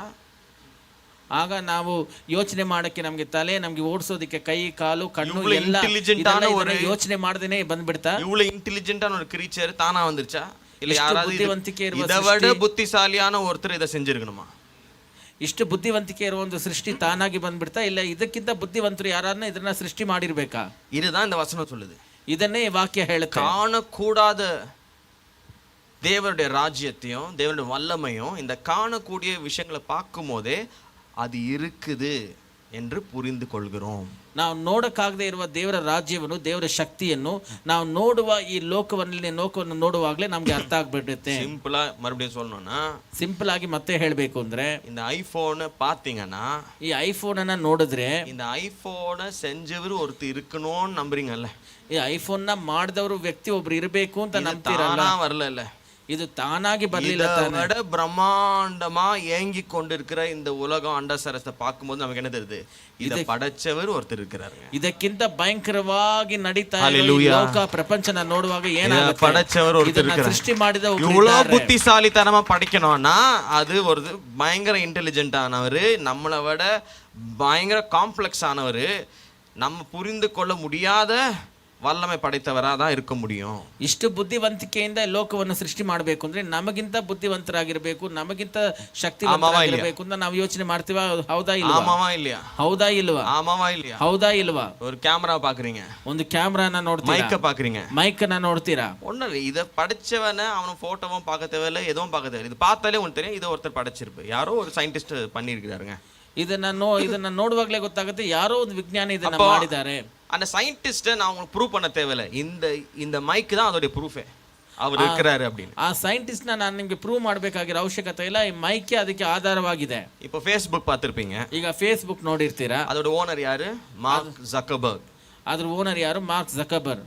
இப்போ நான் மார்க் ஜக்கர்பர்க்னு ஒருத்தர் இருக்கிறான்னு உங்களுக்கு ப்ரூவ் பண்ண தேவையில்லை. ಈಗ ಆತರ ಒಂದು ವ್ಯಕ್ತಿ ಇದ್ದಾರೆ ಅಂತ ನಾನು ನಿಮಗೆ ತೋರಿಸಬೇಕಾಗಿರೋ ಅವಶ್ಯಕತೆ ಇಲ್ಲ. ஒரு 2 ஹவர் யூஸ் பண்ணாலே தெரிஞ்சிடும் இது யாருங்க பண்ணாங்க அப்படின்னு. அவர் மார்க் ஜக்கர்பர்க் அமெரிக்காவில் ஒருத்தர் இருக்காருங்க, அவர் தான் செஞ்சாரு. இப்போ அவரை பார்க்கணும்னு பார்த்தா தான் அப்படி ஒருத்தர் இருக்கிறார் நம்பன்னு சொல்வீங்களா? ಈಗ ಫೇಸ್ಬುಕ್ ಉಪಯೋಗಿಸುವಾಗಲೇ ಗೊತ್ತಾಗುತ್ತೆ இருப்பாரு, ಯಾರು ಮಾಡಿದ್ರು obviously. ಅಂತ. அவர் செஞ்ச ப்ராடக்ட் தான் யூஸ் பண்ணிருக்கேன். அவர் இருப்பார், எங்கேயோ இருப்பார் அவர் வீட்டில், விடுங்க அவரை. ಅವ್ರು ಇರ್ತಾರೆ ಅವ್ರ ಮನೆಯಲ್ಲಿ, ಅವರು ಕೊಟ್ಟಿರೋ ಪ್ರಾಡಕ್ಟ್ ನೇ ಯೂಸ್ ಮಾಡ್ತಾ இந்த ಇದ್ದಾರೆ. உலகத்து மேல நடந்து செடி கொடியை எல்லாத்தையும் பார்த்து நல்ல ஒரு பீஃப் ரோஸ்ட் சாப்பிட்ட பிறகு நமக்கு என்ன தெரியுது? இதை படைச்சவர் ஒருத்தர் இருக்கிறாரு.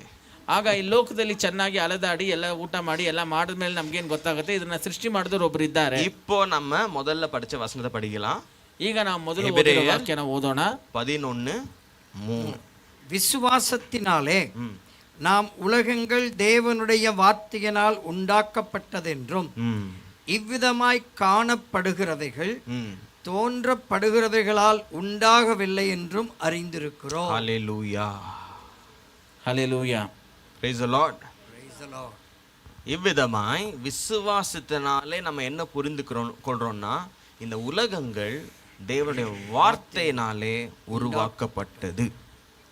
ಈ ಲೋಕಗಳು ದೇವರ ಮಾತಿನಿಂದ ನಿರ್ಮಿತವಾದದ್ದು. ಆಮೆನ್. ಆಮೆನ್. ஒரு விஷயம் நல்லா புரிஞ்சிருச்சு நமக்கு. ಒಂದು ವಿಷಯ ನಮಗೆ ಚೆನ್ನಾಗಿ ಅರ್ಥ ಆಯ್ತು. இவ்வளவு இன்டெலிஜென்ட்டான பவர்ஃபுல்லான ஒரு உலகத்தை இதை விட இன்டெலிஜென்ட்டான ஒருத்தரால தான் படைச்சிருக்க முடியும். ಇಷ್ಟು ಬುದ್ಧಿವಂತಿಕೆಯಿಂದ ಇಷ್ಟು ಶಕ್ತಿಯಿಂದ ಒಂದು ಲೋಕವನ್ನ ಇದಕ್ಕಿಂತ ಬುದ್ಧಿವಂತರಾಗಿರೋರೇ ಸೃಷ್ಟಿ ಮಾಡಕ್ಕಾಗತ್ತೆ. அவர் யாரு? ಅವರು ಯಾರು? நம் தேவன், ನಮ್ ದೇವರು, நம் பரலோக தகப்பன், ನಮ್ಮ ಪರಲೋಕದ ತಂದೆ. இது நமக்கு தெரியும், ಇದು ನಮ್ಗೆ ಗೊತ್ತು. இப்ப நமக்குள்ள இன்னொரு விஷயத்தை ஆழமா புரிந்து கொள்ள வேண்டியது இருக்குது. ಈಗ ನಮ್ಮೊಳಗಡೆ ಇನ್ನೊಂದು ವಿಷಯನ ನಾವು ಆಳವಾಗಿ ಅರ್ಥ ಮಾಡ್ಕೊಳ್ಬೇಕು.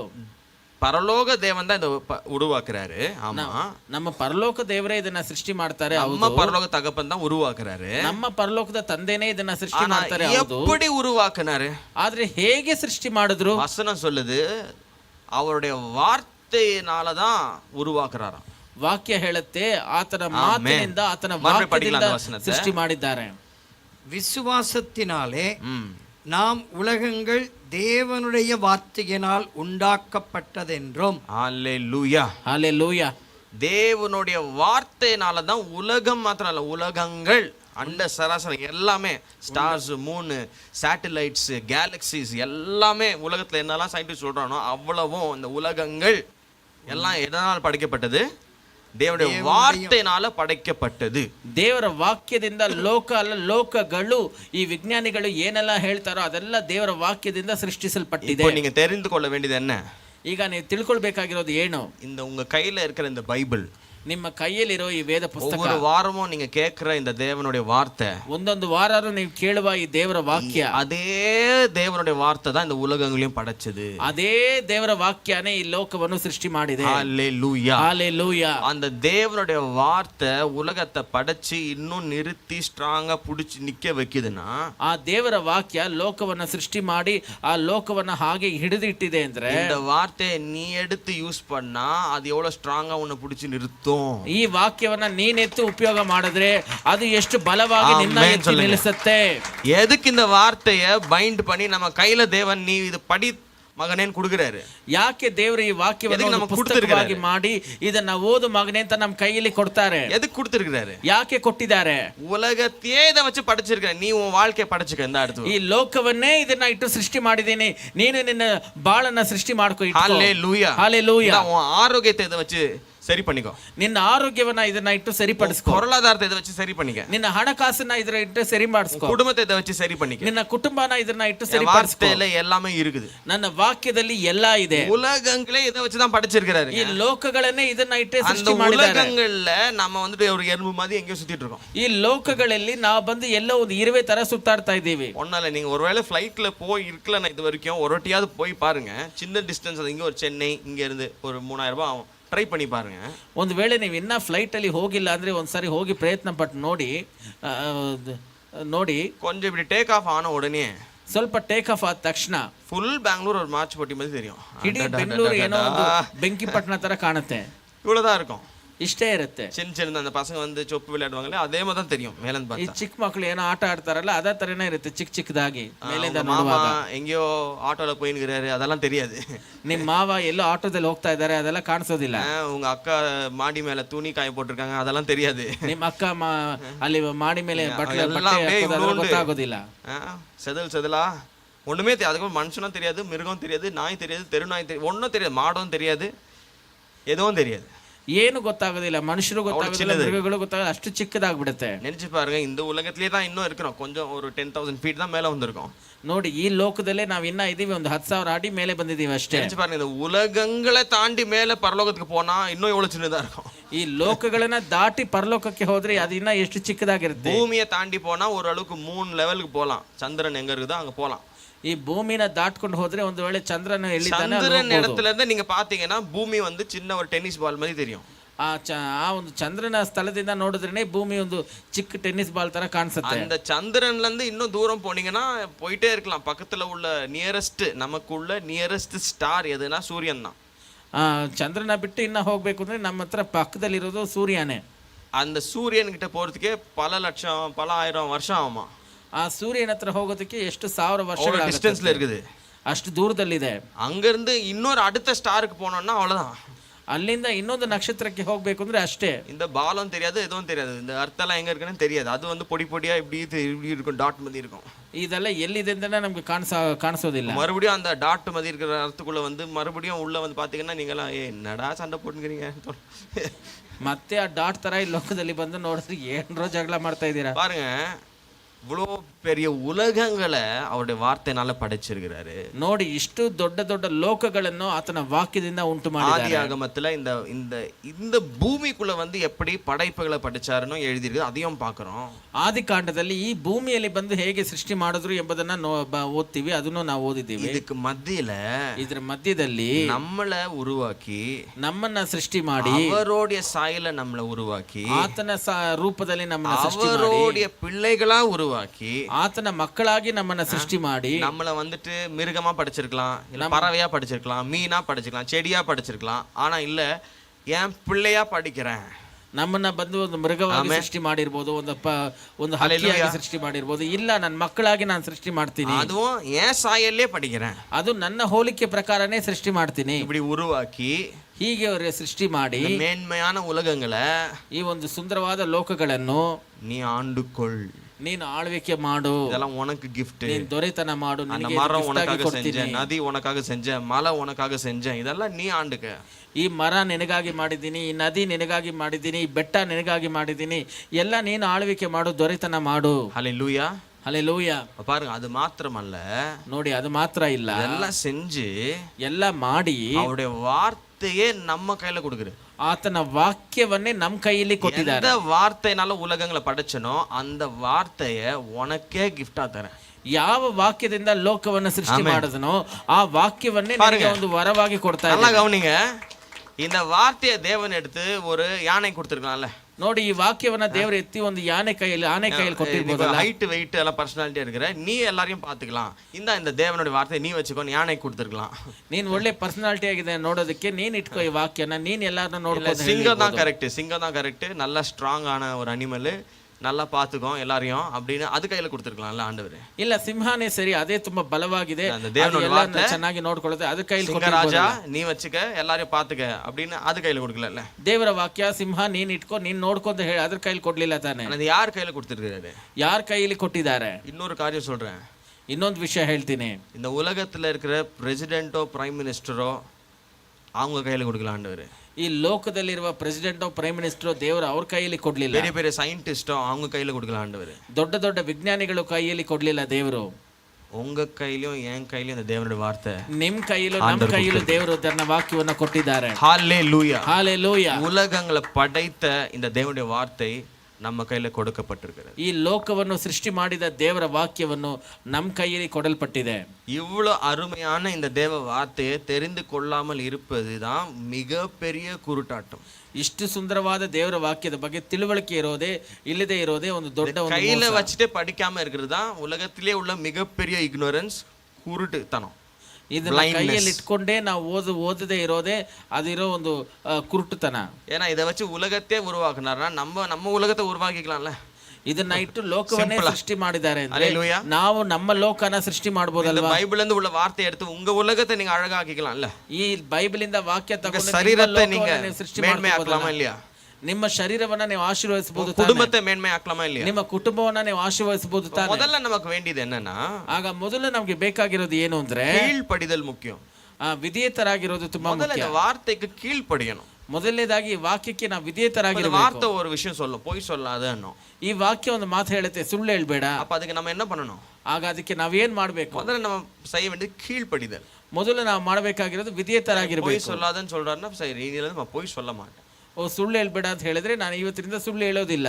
சரி, இப்போ வந்துட்டு ஏதோ ஒரு சிச்சுவேஷன் வந்துருச்சு, இது போய் ஏதாவது உண்மையை சொல்லிட்டு மிகப்பெரிய பிரச்சனை ஆயிடும். ಸರಿ, ಏನೋ ಒಂದು ಸನ್ನಿವೇಶ ಬಂತು, ನಿಜ ಹೇಳಿದ್ರೆ ಒಂದು ದೊಡ್ಡ ಸಮಸ್ಯೆ ಆಗುತ್ತೆ. ஏதோ சின்ன போய் சொன்னா சால்வ் ஆயின் போகுது. ಸರಿ, ಒಂದು ಚಿಕ್ಕ ಸುಳ್ಳು ಹೇಳಿದ್ರೆ ಅಲ್ಲಿ ಪರಿಹಾರ ಆಗಲಿ அப்படின்னு நீங்க நினைக்கலாம். ಹಾಗೆ ಅಂತ ನೀವು ಯೋಚನೆ ಮಾಡ್ಬೋದು. ஆனா நான் என்ன தெரியுமா நினைப்பேன்? ಆದ್ರೆ ನಾನು ಏನು ಯೋಚನೆ ಮಾಡ್ತೀನಿ ಗೊತ್ತಾ? பொய் சொல்லி தப்பிக்கிறத காட்டிலும் ಸುಳ್ಳು ಹೇಳಿ ತಪ್ಪಿಸ್ಕೊಳ್ಳೋದಕ್ಕಿಂತ உண்மை சொல்லி ஏன் தேவன்ட்டனா தப்பிக்கணும். ನಿಜ ಹೇಳಿ ನನ್ನ ದೇವರ ಹತ್ರ பொய் சொன்னா அவர்ட்ட மாட்டிப்பேன். ಯಾಕಂದ್ರೆ ಸುಳ್ಳು ಹೇಳಿದ್ರೆ ಅವ್ರ ಹತ್ರ ಸಿಕ್ಕಾಕೊಳ್ತೇನೆ. அல்லேலூயா, ಹಲ್ಲೆಲೂಯಾ. இந்த மனுஷனால என்ன பண்ண முடியும்? அவன் என்ன பண்றானோ பண்ணிக்கிட்டோம். ಈ ಮನುಷ್ಯನಿಂದ ಏನ್ ಮಾಡಕ್ಕಾಗತ್ತೆ? ಅವನು ಏನ್ ಮಾಡ್ತಾನೋ ಮಾಡ್ಲಿ. ஏன் தேவனை பகைச்சிக்க முடியாது? ನನ್ನ ದೇವ್ರನ್ನ ನಾನು ವಿರೋಧ ಮಾಡ್ಕೊಳಕ್ ಆಗಲ್ಲ. உண்மை சொன்னார் இல்லையா, பிரச்சனை வந்தாலும் அதையும் சொல்றேன்.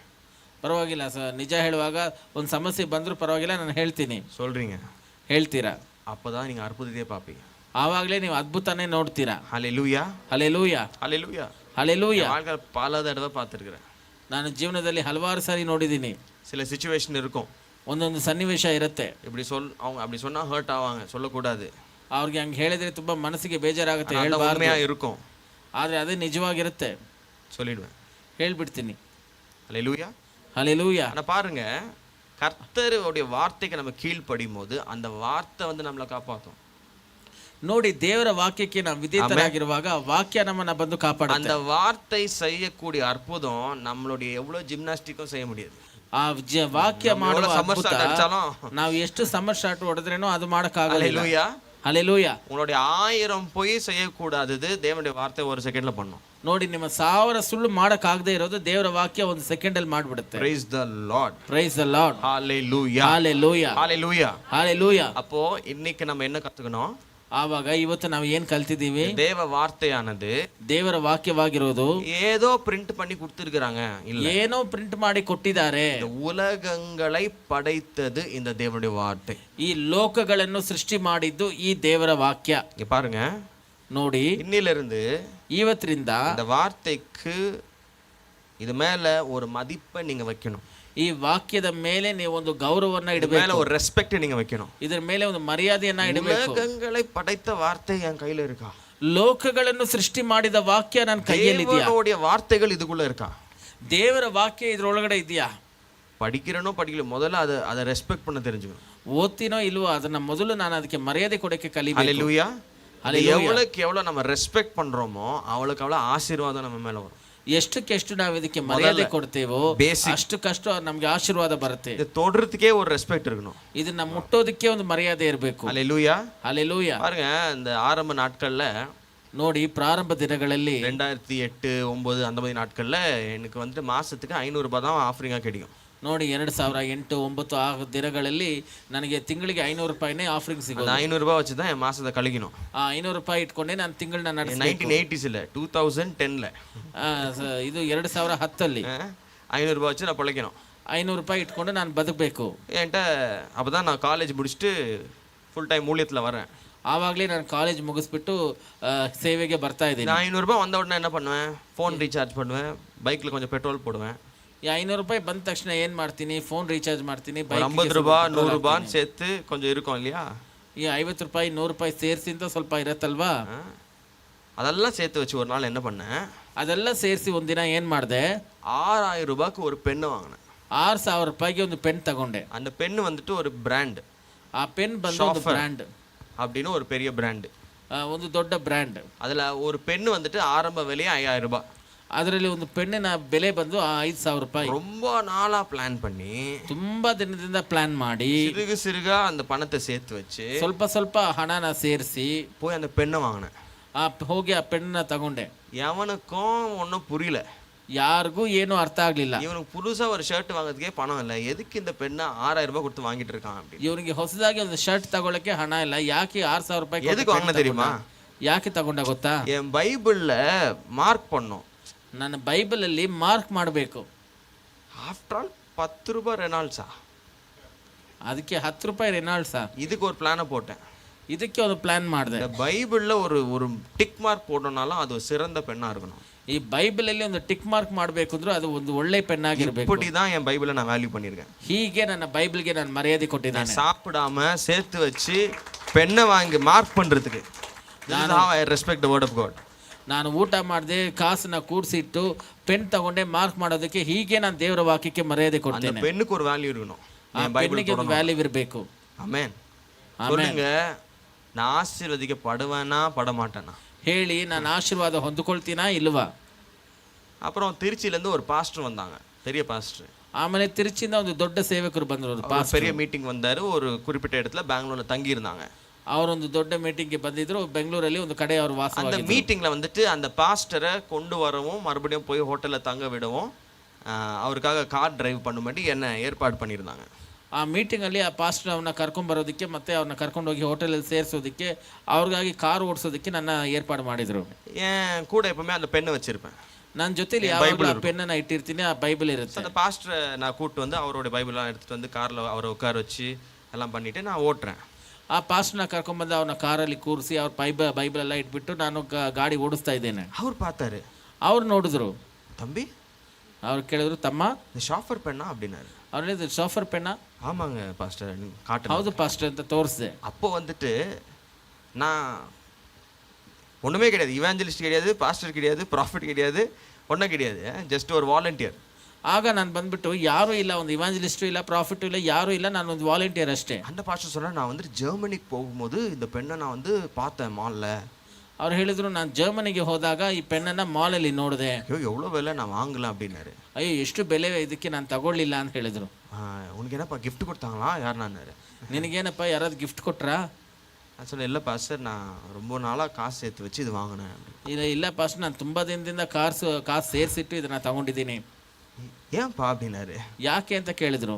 என் பைபிளில் மார்க் பண்ணுறதுக்கு எனக்கு ஒரு சிறந்த பெண்ணு வேணும், அதனால ரொம்ப நாள் சேர்த்து வச்சு வாங்கினேன் பாஸ்டர். ನನ್ನ ಬೈಬಲಲ್ಲಿ ನಾನು ಮಾರ್ಕ್ ಮಾಡೋದಕ್ಕೆ ನನಗೆ ಒಂದು ಒಳ್ಳೆ ಪೆನ್ ಬೇಕು, ಅದಕ್ಕೆ ತುಂಬ ದಿನದಿಂದ ಕಾಸು ಸೇರಿಸಿಟ್ಟು ನಾನು ಮಾಡಿದೆ. அந்த பாஸ்டருக்கு ஆச்சரியம் தாங்க முடியல. ಆ ಪಾಸ್ಟರ್ಗೆ ಆಶ್ಚರ್ಯ ತಾಳಕ್ಕಾಗಲಿಲ್ಲ. ஏன்னா நான் ஒரு ஊழியக்காரன் இல்லை, நான் ஒரு வாலண்டியர். ಯಾಕಂದರೆ ನಾನೊಂದು ಸೇವಕನೂ ಇಲ್ಲ, ನಾನೊಂದು ವಾಲಂಟಿಯರ್ ಆಗಿದ್ದೀನಿ. அவர் ஸ்டன் ஆகிட்டாரு. ಅವ್ರು ತುಂಬ ಆಶ್ಚರ್ಯ ಪಟ್ಬಿಟ್ರು. அட்டால் ஒரு வாலண்டியர் தம்பி இவ்வளோ ஸ்பிரிச்சுவலாக இருக்கிறாரு அப்படின்னு. ಒಂದು ವಾಲಂಟಿಯರ್ ತಮ್ಮ ಇಷ್ಟು ಸ್ಪಿರಿಚುವಲ್ ಆಗಿದ್ದಾರಲ್ಲ ಅಂತ அவருக்கு தெரியாது. நான் 14 வயசுல பரலோகத்துக்கு போய் இயேசு முகமும் பார்த்துருக்கேன். தெரியாது, அதெல்லாம் சொல்ல அவசியம் இல்லை இல்லையா. நம்ம வாலண்டியராக தான் வாலண்டியர் வேலை பண்ணிட்டு போயிட்டே இருக்கணும். ಅವ್ರಿಗೆ நம்மளை பற்றி ಗೊತ್ತಿಲ್ಲ, அட்வர்டைஸ்மெண்ட் ಪರಲೋಕದಲ್ಲಿ ಹೋಗಿ ದೇವರ ದರ್ಶನ ಮಾಡಿದ್ದೀನಿ ಅಂತ ಅವ್ರಿಗೆ ಗೊತ್ತಿಲ್ಲ. ನಾನು ವಾಲಂಟಿಯರ್ ಆಗಿದ್ದೀನಿ, ವಾಲಂಟಿಯರ್ ಕೆಲಸ ಮಾಡ್ತೀನಿ ಅಷ್ಟೇ.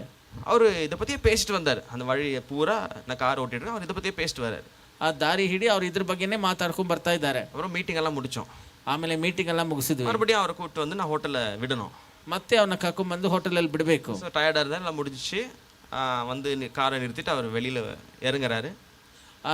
ಇಲ್ಲ ಆದಮೇಲೆ ಅವ್ರ ಕಾರಿಂದ ಕೆಳಗಡೆ ಇಳಿದು ಬರ್ತಾ ಇದ್ದಾರೆ. இப்போ நான் சொன்ன பாஸ்டர், என்கிட்ட இருக்கிற ரொம்ப வேல்யூபலாக, ஏன்னா அப்போ இது மோகம் எதுவுமே கிடையாது இல்லையா, எதுவும் ஒன்றுமே இல்லை. என்கிட்ட இருக்கிற ஒரே வேல்யூபிள் ஒரு விஷயம்னா இந்த பெண்ணு தான் பாஸ்டர், இது உங்ககிட்ட நான் ஷோ பண்ண விரும்புகிறேன். ನಾನು ಹೇಳಿದೆ, ನನ್ನ ಹತ್ರ ತುಂಬಾ ಇರುವ ಬೆಲೆ ಬಾಳುವ ವಸ್ತು ಅಂದ್ರೆ ಇವಾಗ ಸದ್ಯಕ್ಕೆ ಪೆನ್ನೆ, ನಾನು ನಿಮ್ಮನ್ನ ಬಿತ್ತನೆ ಮಾಡ್ತಾ ಇದ್ದೀನಿ. ஆமென் ಆಮೇನ್. பாருங்க, சின்ன சின்ன விஷயத்தை நம்ம செய்யறோம். இப்படி ನೋಡಿ, ಚಿಕ್ಕ ಚಿಕ್ಕ ವಿಷಯಗಳನ್ನ ಮಾಡ್ತೀವಿ. ಹೀಗೆ ஒரு நாள் ஆண்டவர் என்கிட்ட சொன்னாரு, நான் பிஸியா மலைமலையா ஏறி ஜெபம் பண்ணிட்டு இருக்கிறேன். ಆದ್ರೆ ಒಂದಿನ ದೇವರು ನನ್ನ ಹತ್ರ ಹೇಳಿದ್ರು, ನಾನು ಪ್ರೇಯರ್ ಡ್ರೈವ್ ಮಾಡ್ತಾ ಇರುವಾಗ பெங்களூர் சுற்றி வந்துட்டு 7 மாதம் ஆண்டவர் சொன்னார், 7 மாதம் பெங்களூரை சுற்றி சுற்றி ஜெபம் பண்ண அப்படின்னு. 7 ತಿಂಗಳು ನಾನು ಬೆಂಗಳೂರನ್ನ ಸುತ್ತಿ 300 கிலோமீட்டர் பெங்களூரை சுற்றணும்னா 300 கிலோமீட்டர். 300 ಕಿಲೋಮೀಟರ್ 12 மணி நேரம் ஆகும் முடிக்க. ಅದನ್ನ ಮುಗಿಸೋದಕ್ಕೆ 12 ಗಂಟೆಗಳ ಕಾಲ ಆಗುತ್ತೆ. 12 மணி நேரம் நான் அந்நிய பாஷை பேசிட்டே ஓட்டி ஓட்டி ஜெபம் பண்ணுவேன்.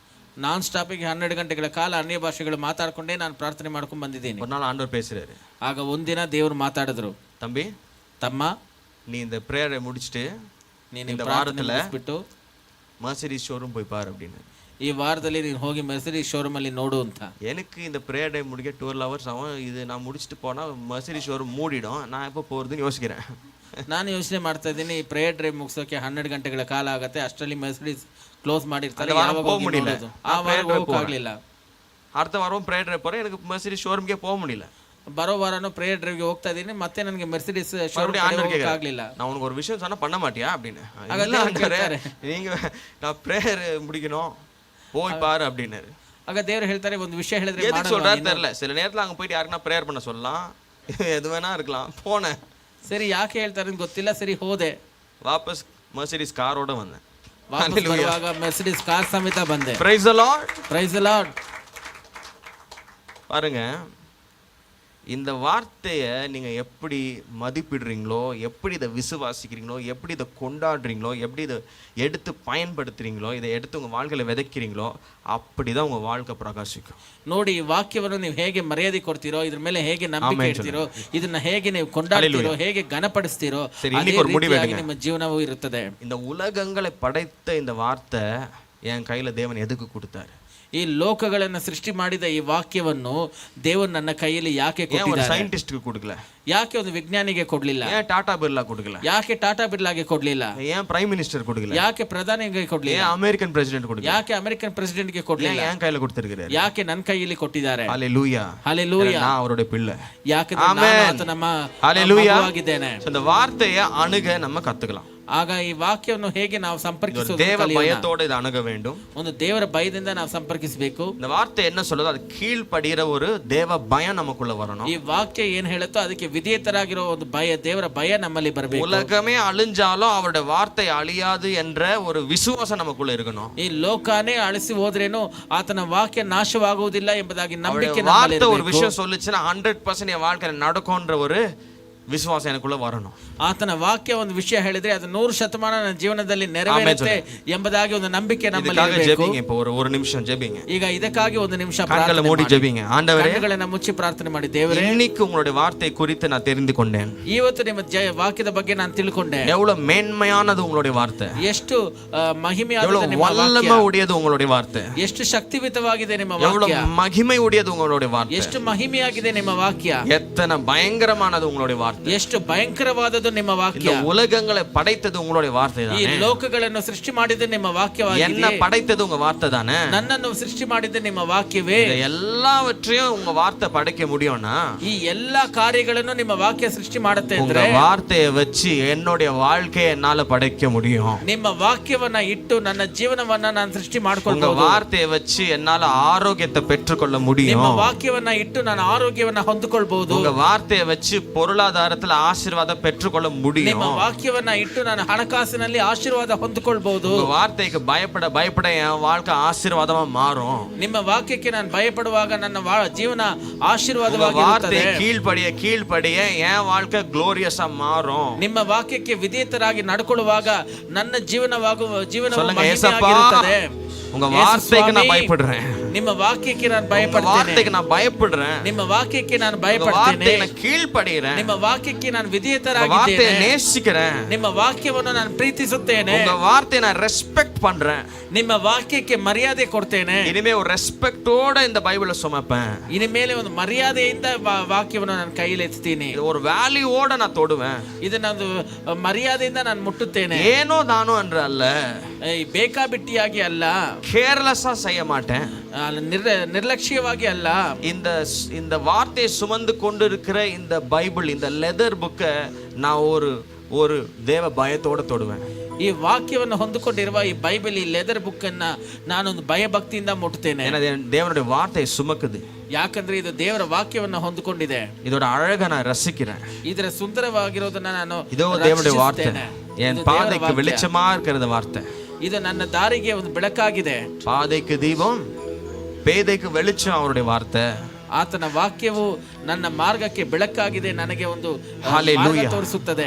நான் பேதையா இருந்தாலும் அவருடைய வார்த்தை என்னை ஞானம் உள்ளவனா மாத்திடுது. ನಾನು ಹುಚ್ಚನಾಗಿದ್ರೆ ಕೂಡ ಆತನ ವಾಕ್ಯವು ನನ್ನ ಜ್ಞಾನವಂತನಾಗಿ ಮಾಡುತ್ತದೆ. ஹல்லேலூயா, ಹಾಲೆಲೂಯಾ, ஹல்லேலூயா. ಹಾಲೆಲೂಯಾ. இந்த வார்த்தையின் மீது எனக்கு மதிப்பு ಈ உண்டாயிருக்கிறது. ವಾಕ್ಯದ ಮೇಲೆ ನನಗೆ ಮರ್ಯಾದೆ ಉಂಟು. இந்த வார்த்தையின் மீது எனக்கு அளவில்லாத நம்பிக்கை ಈ உண்டாயிருக்கிறது. ವಾಕ್ಯದ ಮೇಲೆ ನನಗೆ ಹೇಳಲಾರದಷ್ಟು ನಂಬಿಕೆ ಇದೆ. உலகங்களை படைத்த இந்த வார்த்தையை நான் கொண்டாடுகிறேன். ಈ ಲೋಕಗಳನ್ನು ಸೃಷ್ಟಿ ಮಾಡಿದ ಈ ವಾಕ್ಯವನ್ನು ನಾನು ಕೊಂಡಾಡುತ್ತೇನೆ. ஹல்லேலூயா. ಹಾಲೆಲೂಯಾ. அப்படியே எழுந்து நிற்போமா? ಹಾಗೆ ಎದ್ದು ನಿಂತ್ಕೊಳ್ಳೋಣವಾ? ஜெபிப்போம், ஜெபிப்போம், ಪ್ರಾರ್ಥನೆ ஜெபிப்போம். ಮಾಡೋಣ, ಪ್ರಾರ್ಥನೆ ಮಾಡೋಣ. Thank you Jesus. ಸ್ತೋತ್ರ ಯೇಸುವೆ. இந்த நேரத்துல ஆண்டவருக்கு கொடுக்க வேண்டிய காணிக்கைகளை கொடுக்க ஆயத்தமாவோம். ಈ ಸಮಯದಲ್ಲಿ ದೇವರಿಗೆ ಕೊಡುವ ಕಾಣಿಕೆಗಳನ್ನ ಕೊಡೋದಕ್ಕೆ ಸಿದ್ಧರಾಗೋಣ. ஆன்லைன்ல டீடைல்ஸ் இருக்கு, அது வழியா நீங்க தரலாம். அல்லது Online ல ஆஃபரிங் details பேக் ಇದೆ. வருமா, அது வழியா தரலாம். ಆನ್ಲೈನ್ ಅಲ್ಲಿ ಡೀಟೇಲ್ಸ್ ಇದೆ, ಅದ್ರ ಮೂಲಕ ನೀವು ಕೊಡಬಹುದು. ಕಾಣಿಕೆಗಳು ಸೆಲತலாம், ದಶಮ ಭಾಗத்தை செலுத்தலாம். ನಿಮ್ಮ ಕಾಣಿಕೆಗಳನ್ನ ಕೊಡಬಹುದು, ದಶಾಂಶಗಳನ್ನ ಕೊಡಬಹುದು.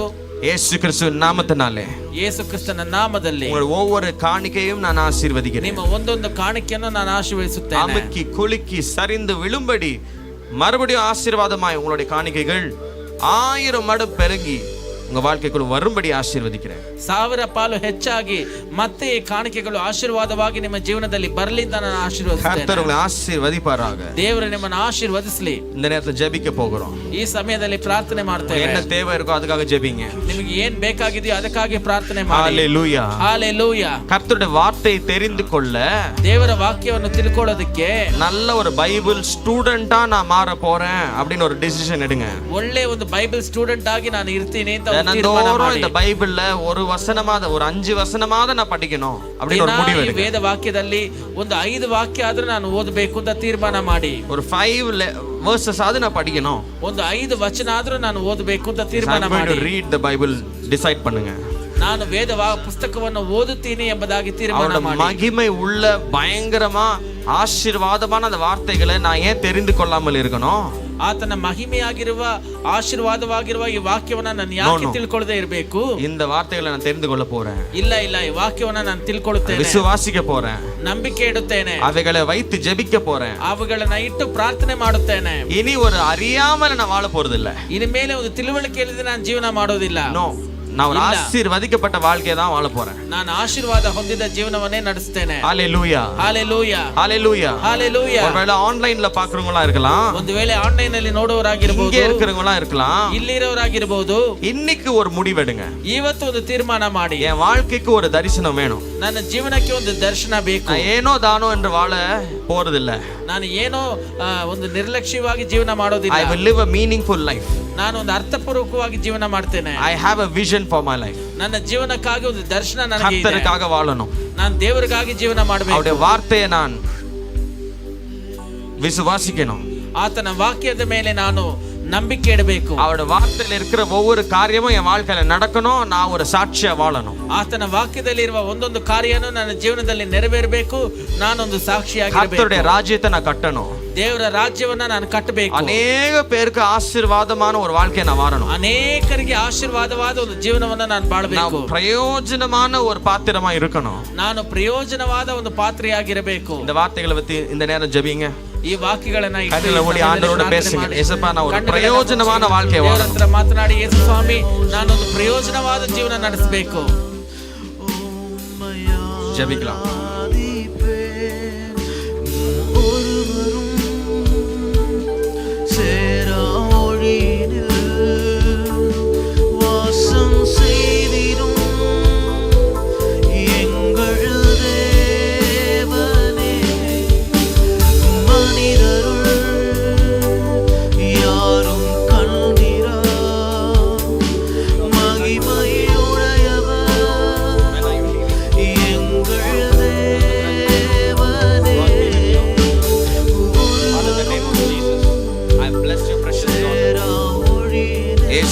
நாமத்தினால் மகளை ஆசீர்வதிக்கிறேன். ஏசப்பா, இந்த பிரயாணத்துல உங்களுடைய பிரசன்னம் மகளோடு கூட போவதாக. முதலாவது அந்த ஃப்ளைட்டை ஆசீர்வதிக்கிறேன். அந்த ஃப்ளைட்டை இயேசு கிறிஸ்துவின் ரத்தத்தினால் மறைக்கிறேன். Let there be a good take off and good landing. Let there be a good journey, Lord. அந்த பட்டணத்துக்குள்ள நுழையும் போது தேவ தூதர்கள் பிள்ளையோடு கூட போகட்டும். The presence of God will go with you, my daughter. The Lord will go before you and He will give you rest. He will give you peace. He will accomplish everything that is incomplete. Everything that is incomplete, the Lord will accomplish in your life. And matramalla, God is going to reset and He is going to bring a blessing into your life. Look at me, Sister Evangeline. When I was praying for you, உங்களுக்காக ஜெபிக்கும் போது நான் ஒரு தரிசனத்தை பார்த்தேன். பழைய இந்த இரும்பு ட்ரங்க் பெட்டி இருக்கும் இல்லையா? You follow Tamil, right? பழைய இந்த ட்ரங்க் பெட்டி, அது ஒரு இருளான ஒரு ரூமுக்குள்ளே இந்த ட்ரங்க் பெட்டி இருக்குது. இப்போ நான் ஜெபித்து கொண்டே இருக்கிறேன். அப்போ நான் அந்த ட்ரங்க் பெட்டி திறந்தா உள்ள ரெட் கலரில் இருக்குது, வெல்வெட் மாதிரி. அதுலேருந்து ஒரு அழகான ஒரு விஷயம் வெளியே வருது, வெளிச்சமாக இருக்குது. ஸோ அது பார்த்துட்டே இருக்கும்போது ஆண்டவர் நான் கேட்குறேன், ஆண்டவர் இதுக்கு என்ன அர்த்தம் அப்படின்னா, மறைந்திருக்கிற காரியங்களை நான் வெளியே கொண்டு வர போகிறேன். And the Lord is saying, when it happens, it will be beautiful. And the Lord is saying, I will establish it. That which is hidden, I will bring it, I will establish it, says the Lord of hosts. And I speak healing and health over you. I speak finances to come. கடன்கள் இயேசு கிறிஸ்துவின் நாமத்தினாலே முறியடைக்கிறேன். Thank you, Lord Jesus. Your doors are opening. Your finances are opening. Thank you, Lord Jesus. பாருங்க, ஒருவேளை it might be like a neck to neck situation financially. Okay, neck to neck situation வருது. 100 ரூபாய் வந்தா 110 ரூபாய்க்கு வேலை இருக்கு. So it's like a neck to neck situation. But I see your land and I see automatically money come. இப்போ உங்களுக்கு 100 ரூபாய் வருது, செலவு 300 ரூபாய் இருக்குன்னு வச்சுக்கோங்களேன். மாசம் முடியும் போது இந்த 400 ரூபாய் எங்கன்னு வந்துச்சுன்னு யோசிக்கிறீங்க. எப்படி என்கிட்ட எக்ஸ்ட்ரா 100 ரூபாய் இருக்கு? You're thinking and I'm seeing in the vision you're giving glory to God. Lord, I don't know how it came, but I'm seeing that your struggles are over. Amen. You will see the supply of the Lord. Amen. Because even you coming into this church, it's an end of a long wait. Amen. It's an end of a long wait. It's an end of a long wait. Long wait to meet King Jesus. Amen. You had put it on a pause. நீண்ட நாட்களா ஏசப்பா கிட்ட போனோம், ஆனா உள்ளுக்குள்ள ஒரு தயக்கம். அவர்கிட்ட போகிறதுக்கு என்கிட்ட எதுவும் இல்லை, நான் ரொம்ப எம்டியாக இருக்கிறேன், அதனால நான் கொஞ்சம் நல்லவளா ஆன பிறகு போகிறேன். There's been a long wait, but the Lord is opened his arms and he's saying, daughter, I was waiting for you. The long wait is over. Jesus loves you. He doesn't remember anything that you feel hurts him. He doesn't remember. And he wants you to know that he is by you to help you. He wants you to know that he is by you always to help you. So from today, start your prayer life again. Amen. Start your Bible journey again. Walk with the Lord. You'll come with so many testimonies. You'll be thinking which one to say, which one to leave. Amen. God bless you. Hallelujah. Praise the Lord. Praise the Lord. Do we have online requests today? Thank you, Jesus. We have more requests. Okay. Thank you, Jesus. Anya Bhasha Jabipom. Tonsils. Thank you, Jesus. Dear Lord, இந்த டான்சில்ஸை இயேசு கிறிஸ்துவின் நாமத்தினாலே கரைந்து போகும்படி, swelling be gone, inflammation be gone, pain be gone. In the next few hours, all tonsil swelling reduce and become normal. In Jesus' name. Done. And baby, you are healed. God bless you. Praise the Lord. Thank you. So, ஒரு 2 வரிகள் இந்த பாடலை பாடி ஆராதிச்சு நம்ம முடிக்க போறோம். Thank you, Lord Jesus. எல்லோலாம் நீரே, உமக்கு ஆரம்பமில்லையே. Thank you.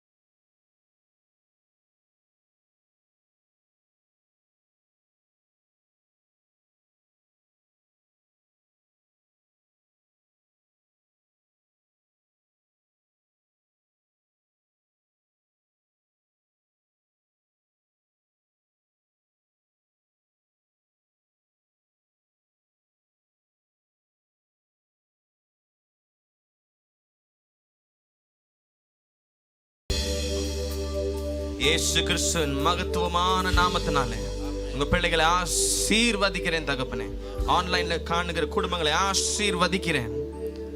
உலகங்களை படைத்த இந்த தேவ வார்த்தையை எங்களுக்கு கொடுத்ததுக்காக ஸ்தோத்திரம். இனி பயம் இல்லை, இனி எங்களுக்கு குழப்பம் இல்லை, இனி நாங்கள் இருளிலே வாழ்வதில்லை. உங்க வார்த்தை எங்களோட கூட இருக்கிறதுனால, உங்க வார்த்தையை நாங்கள் கை கொள்றதுனால எங்களுக்கு விடுதலை வந்தது, ஆசீர்வாதங்கள் வந்தது. நாங்கள் ஜெயிப்போம், உயருவோம், உயர பரப்போம் என்று விசுவாசிக்கிறோம். ஆமென் சொல்லுங்க. நாங்கள் விசுவாசிக்கிறோம் that we will be victorious. ஜெயத்தோட Jayamanna ஒரு வாழ்க்கையை வாழ போகிறோம். ஹல்லேலூயா. ஏனோ தானோ என்று அல்ல, ஜெயத்தின் வாழ்க்கையை வாழ நான் முடிவு எடுத்திருக்கிறேன். தேவனுடைய வார்த்தையின் பிரகாரம் வாழ போகிறேன். அவருடைய வார்த்தையின் மகிமைகளை, அவருடைய வார்த்தையின் வல்லமைகளை என்னுடைய வாழ்க்கையில நான் பார்க்க போறேன். I'm going to live a powerful life, a blessed life. ஆமென் சொல்லுங்க. I will live a blessed life ன்னு சொல்லுங்க. ஆசீர்வாதமான வாழ்க்கையை நான் வாழ போறேன். 1000 பேருக்கு நான் ஆசீர்வாதமா இருக்க போறேன். உலகங்களுக்கு ஆசீர்வாதமா நான் வாழ போறேன். தேசங்களுக்கு ஆசீர்வாதமா நான் வாழ போறேன். இந்த பட்டணத்துக்கு ஆசீர்வாதமா நான் இருக்க போறேன். என் குடும்பத்துக்கு ஆசீர்வாதமா இருக்க போறேன். எனக்கே நான் ஆசீர்வாதமா இருப்பேன். யாருக்குமே பாரமா இருக்க மாட்டேன். ஹல்லேலூயா. என்னால பல பேர் ஆசீர்வதிக்கப்படுவார்கள். ஏன்னா தேவனுடைய வார்த்தை எனக்கு ஃபவுண்டேஷனா இருக்குது. தேவனுடைய வார்த்தை என் வாழ்க்கையை நடத்துக்கிறதா இருக்குது. அந்த வார்த்தைக்கு நான் கீழ்ப்படிகிறேன். ஆமென் சொல்லுங்க. இயேசு கிறிஸ்துவின் நாமத்தினாலே ஜெபிக்கிறோம் ஜீவனுள்ள எங்கள் நல்ல பிதாவே. ஆமென். God bless you. சபை முடிந்து போகும்போது ஒருவர் வாழ்த்துங்க, நல்ல வார்த்தைகளை சொல்லி போயிட்டு வாங்க. அடுத்த வாரம் மறுபடியும் பார்ப்போம். God bless you. We are done. Thank you.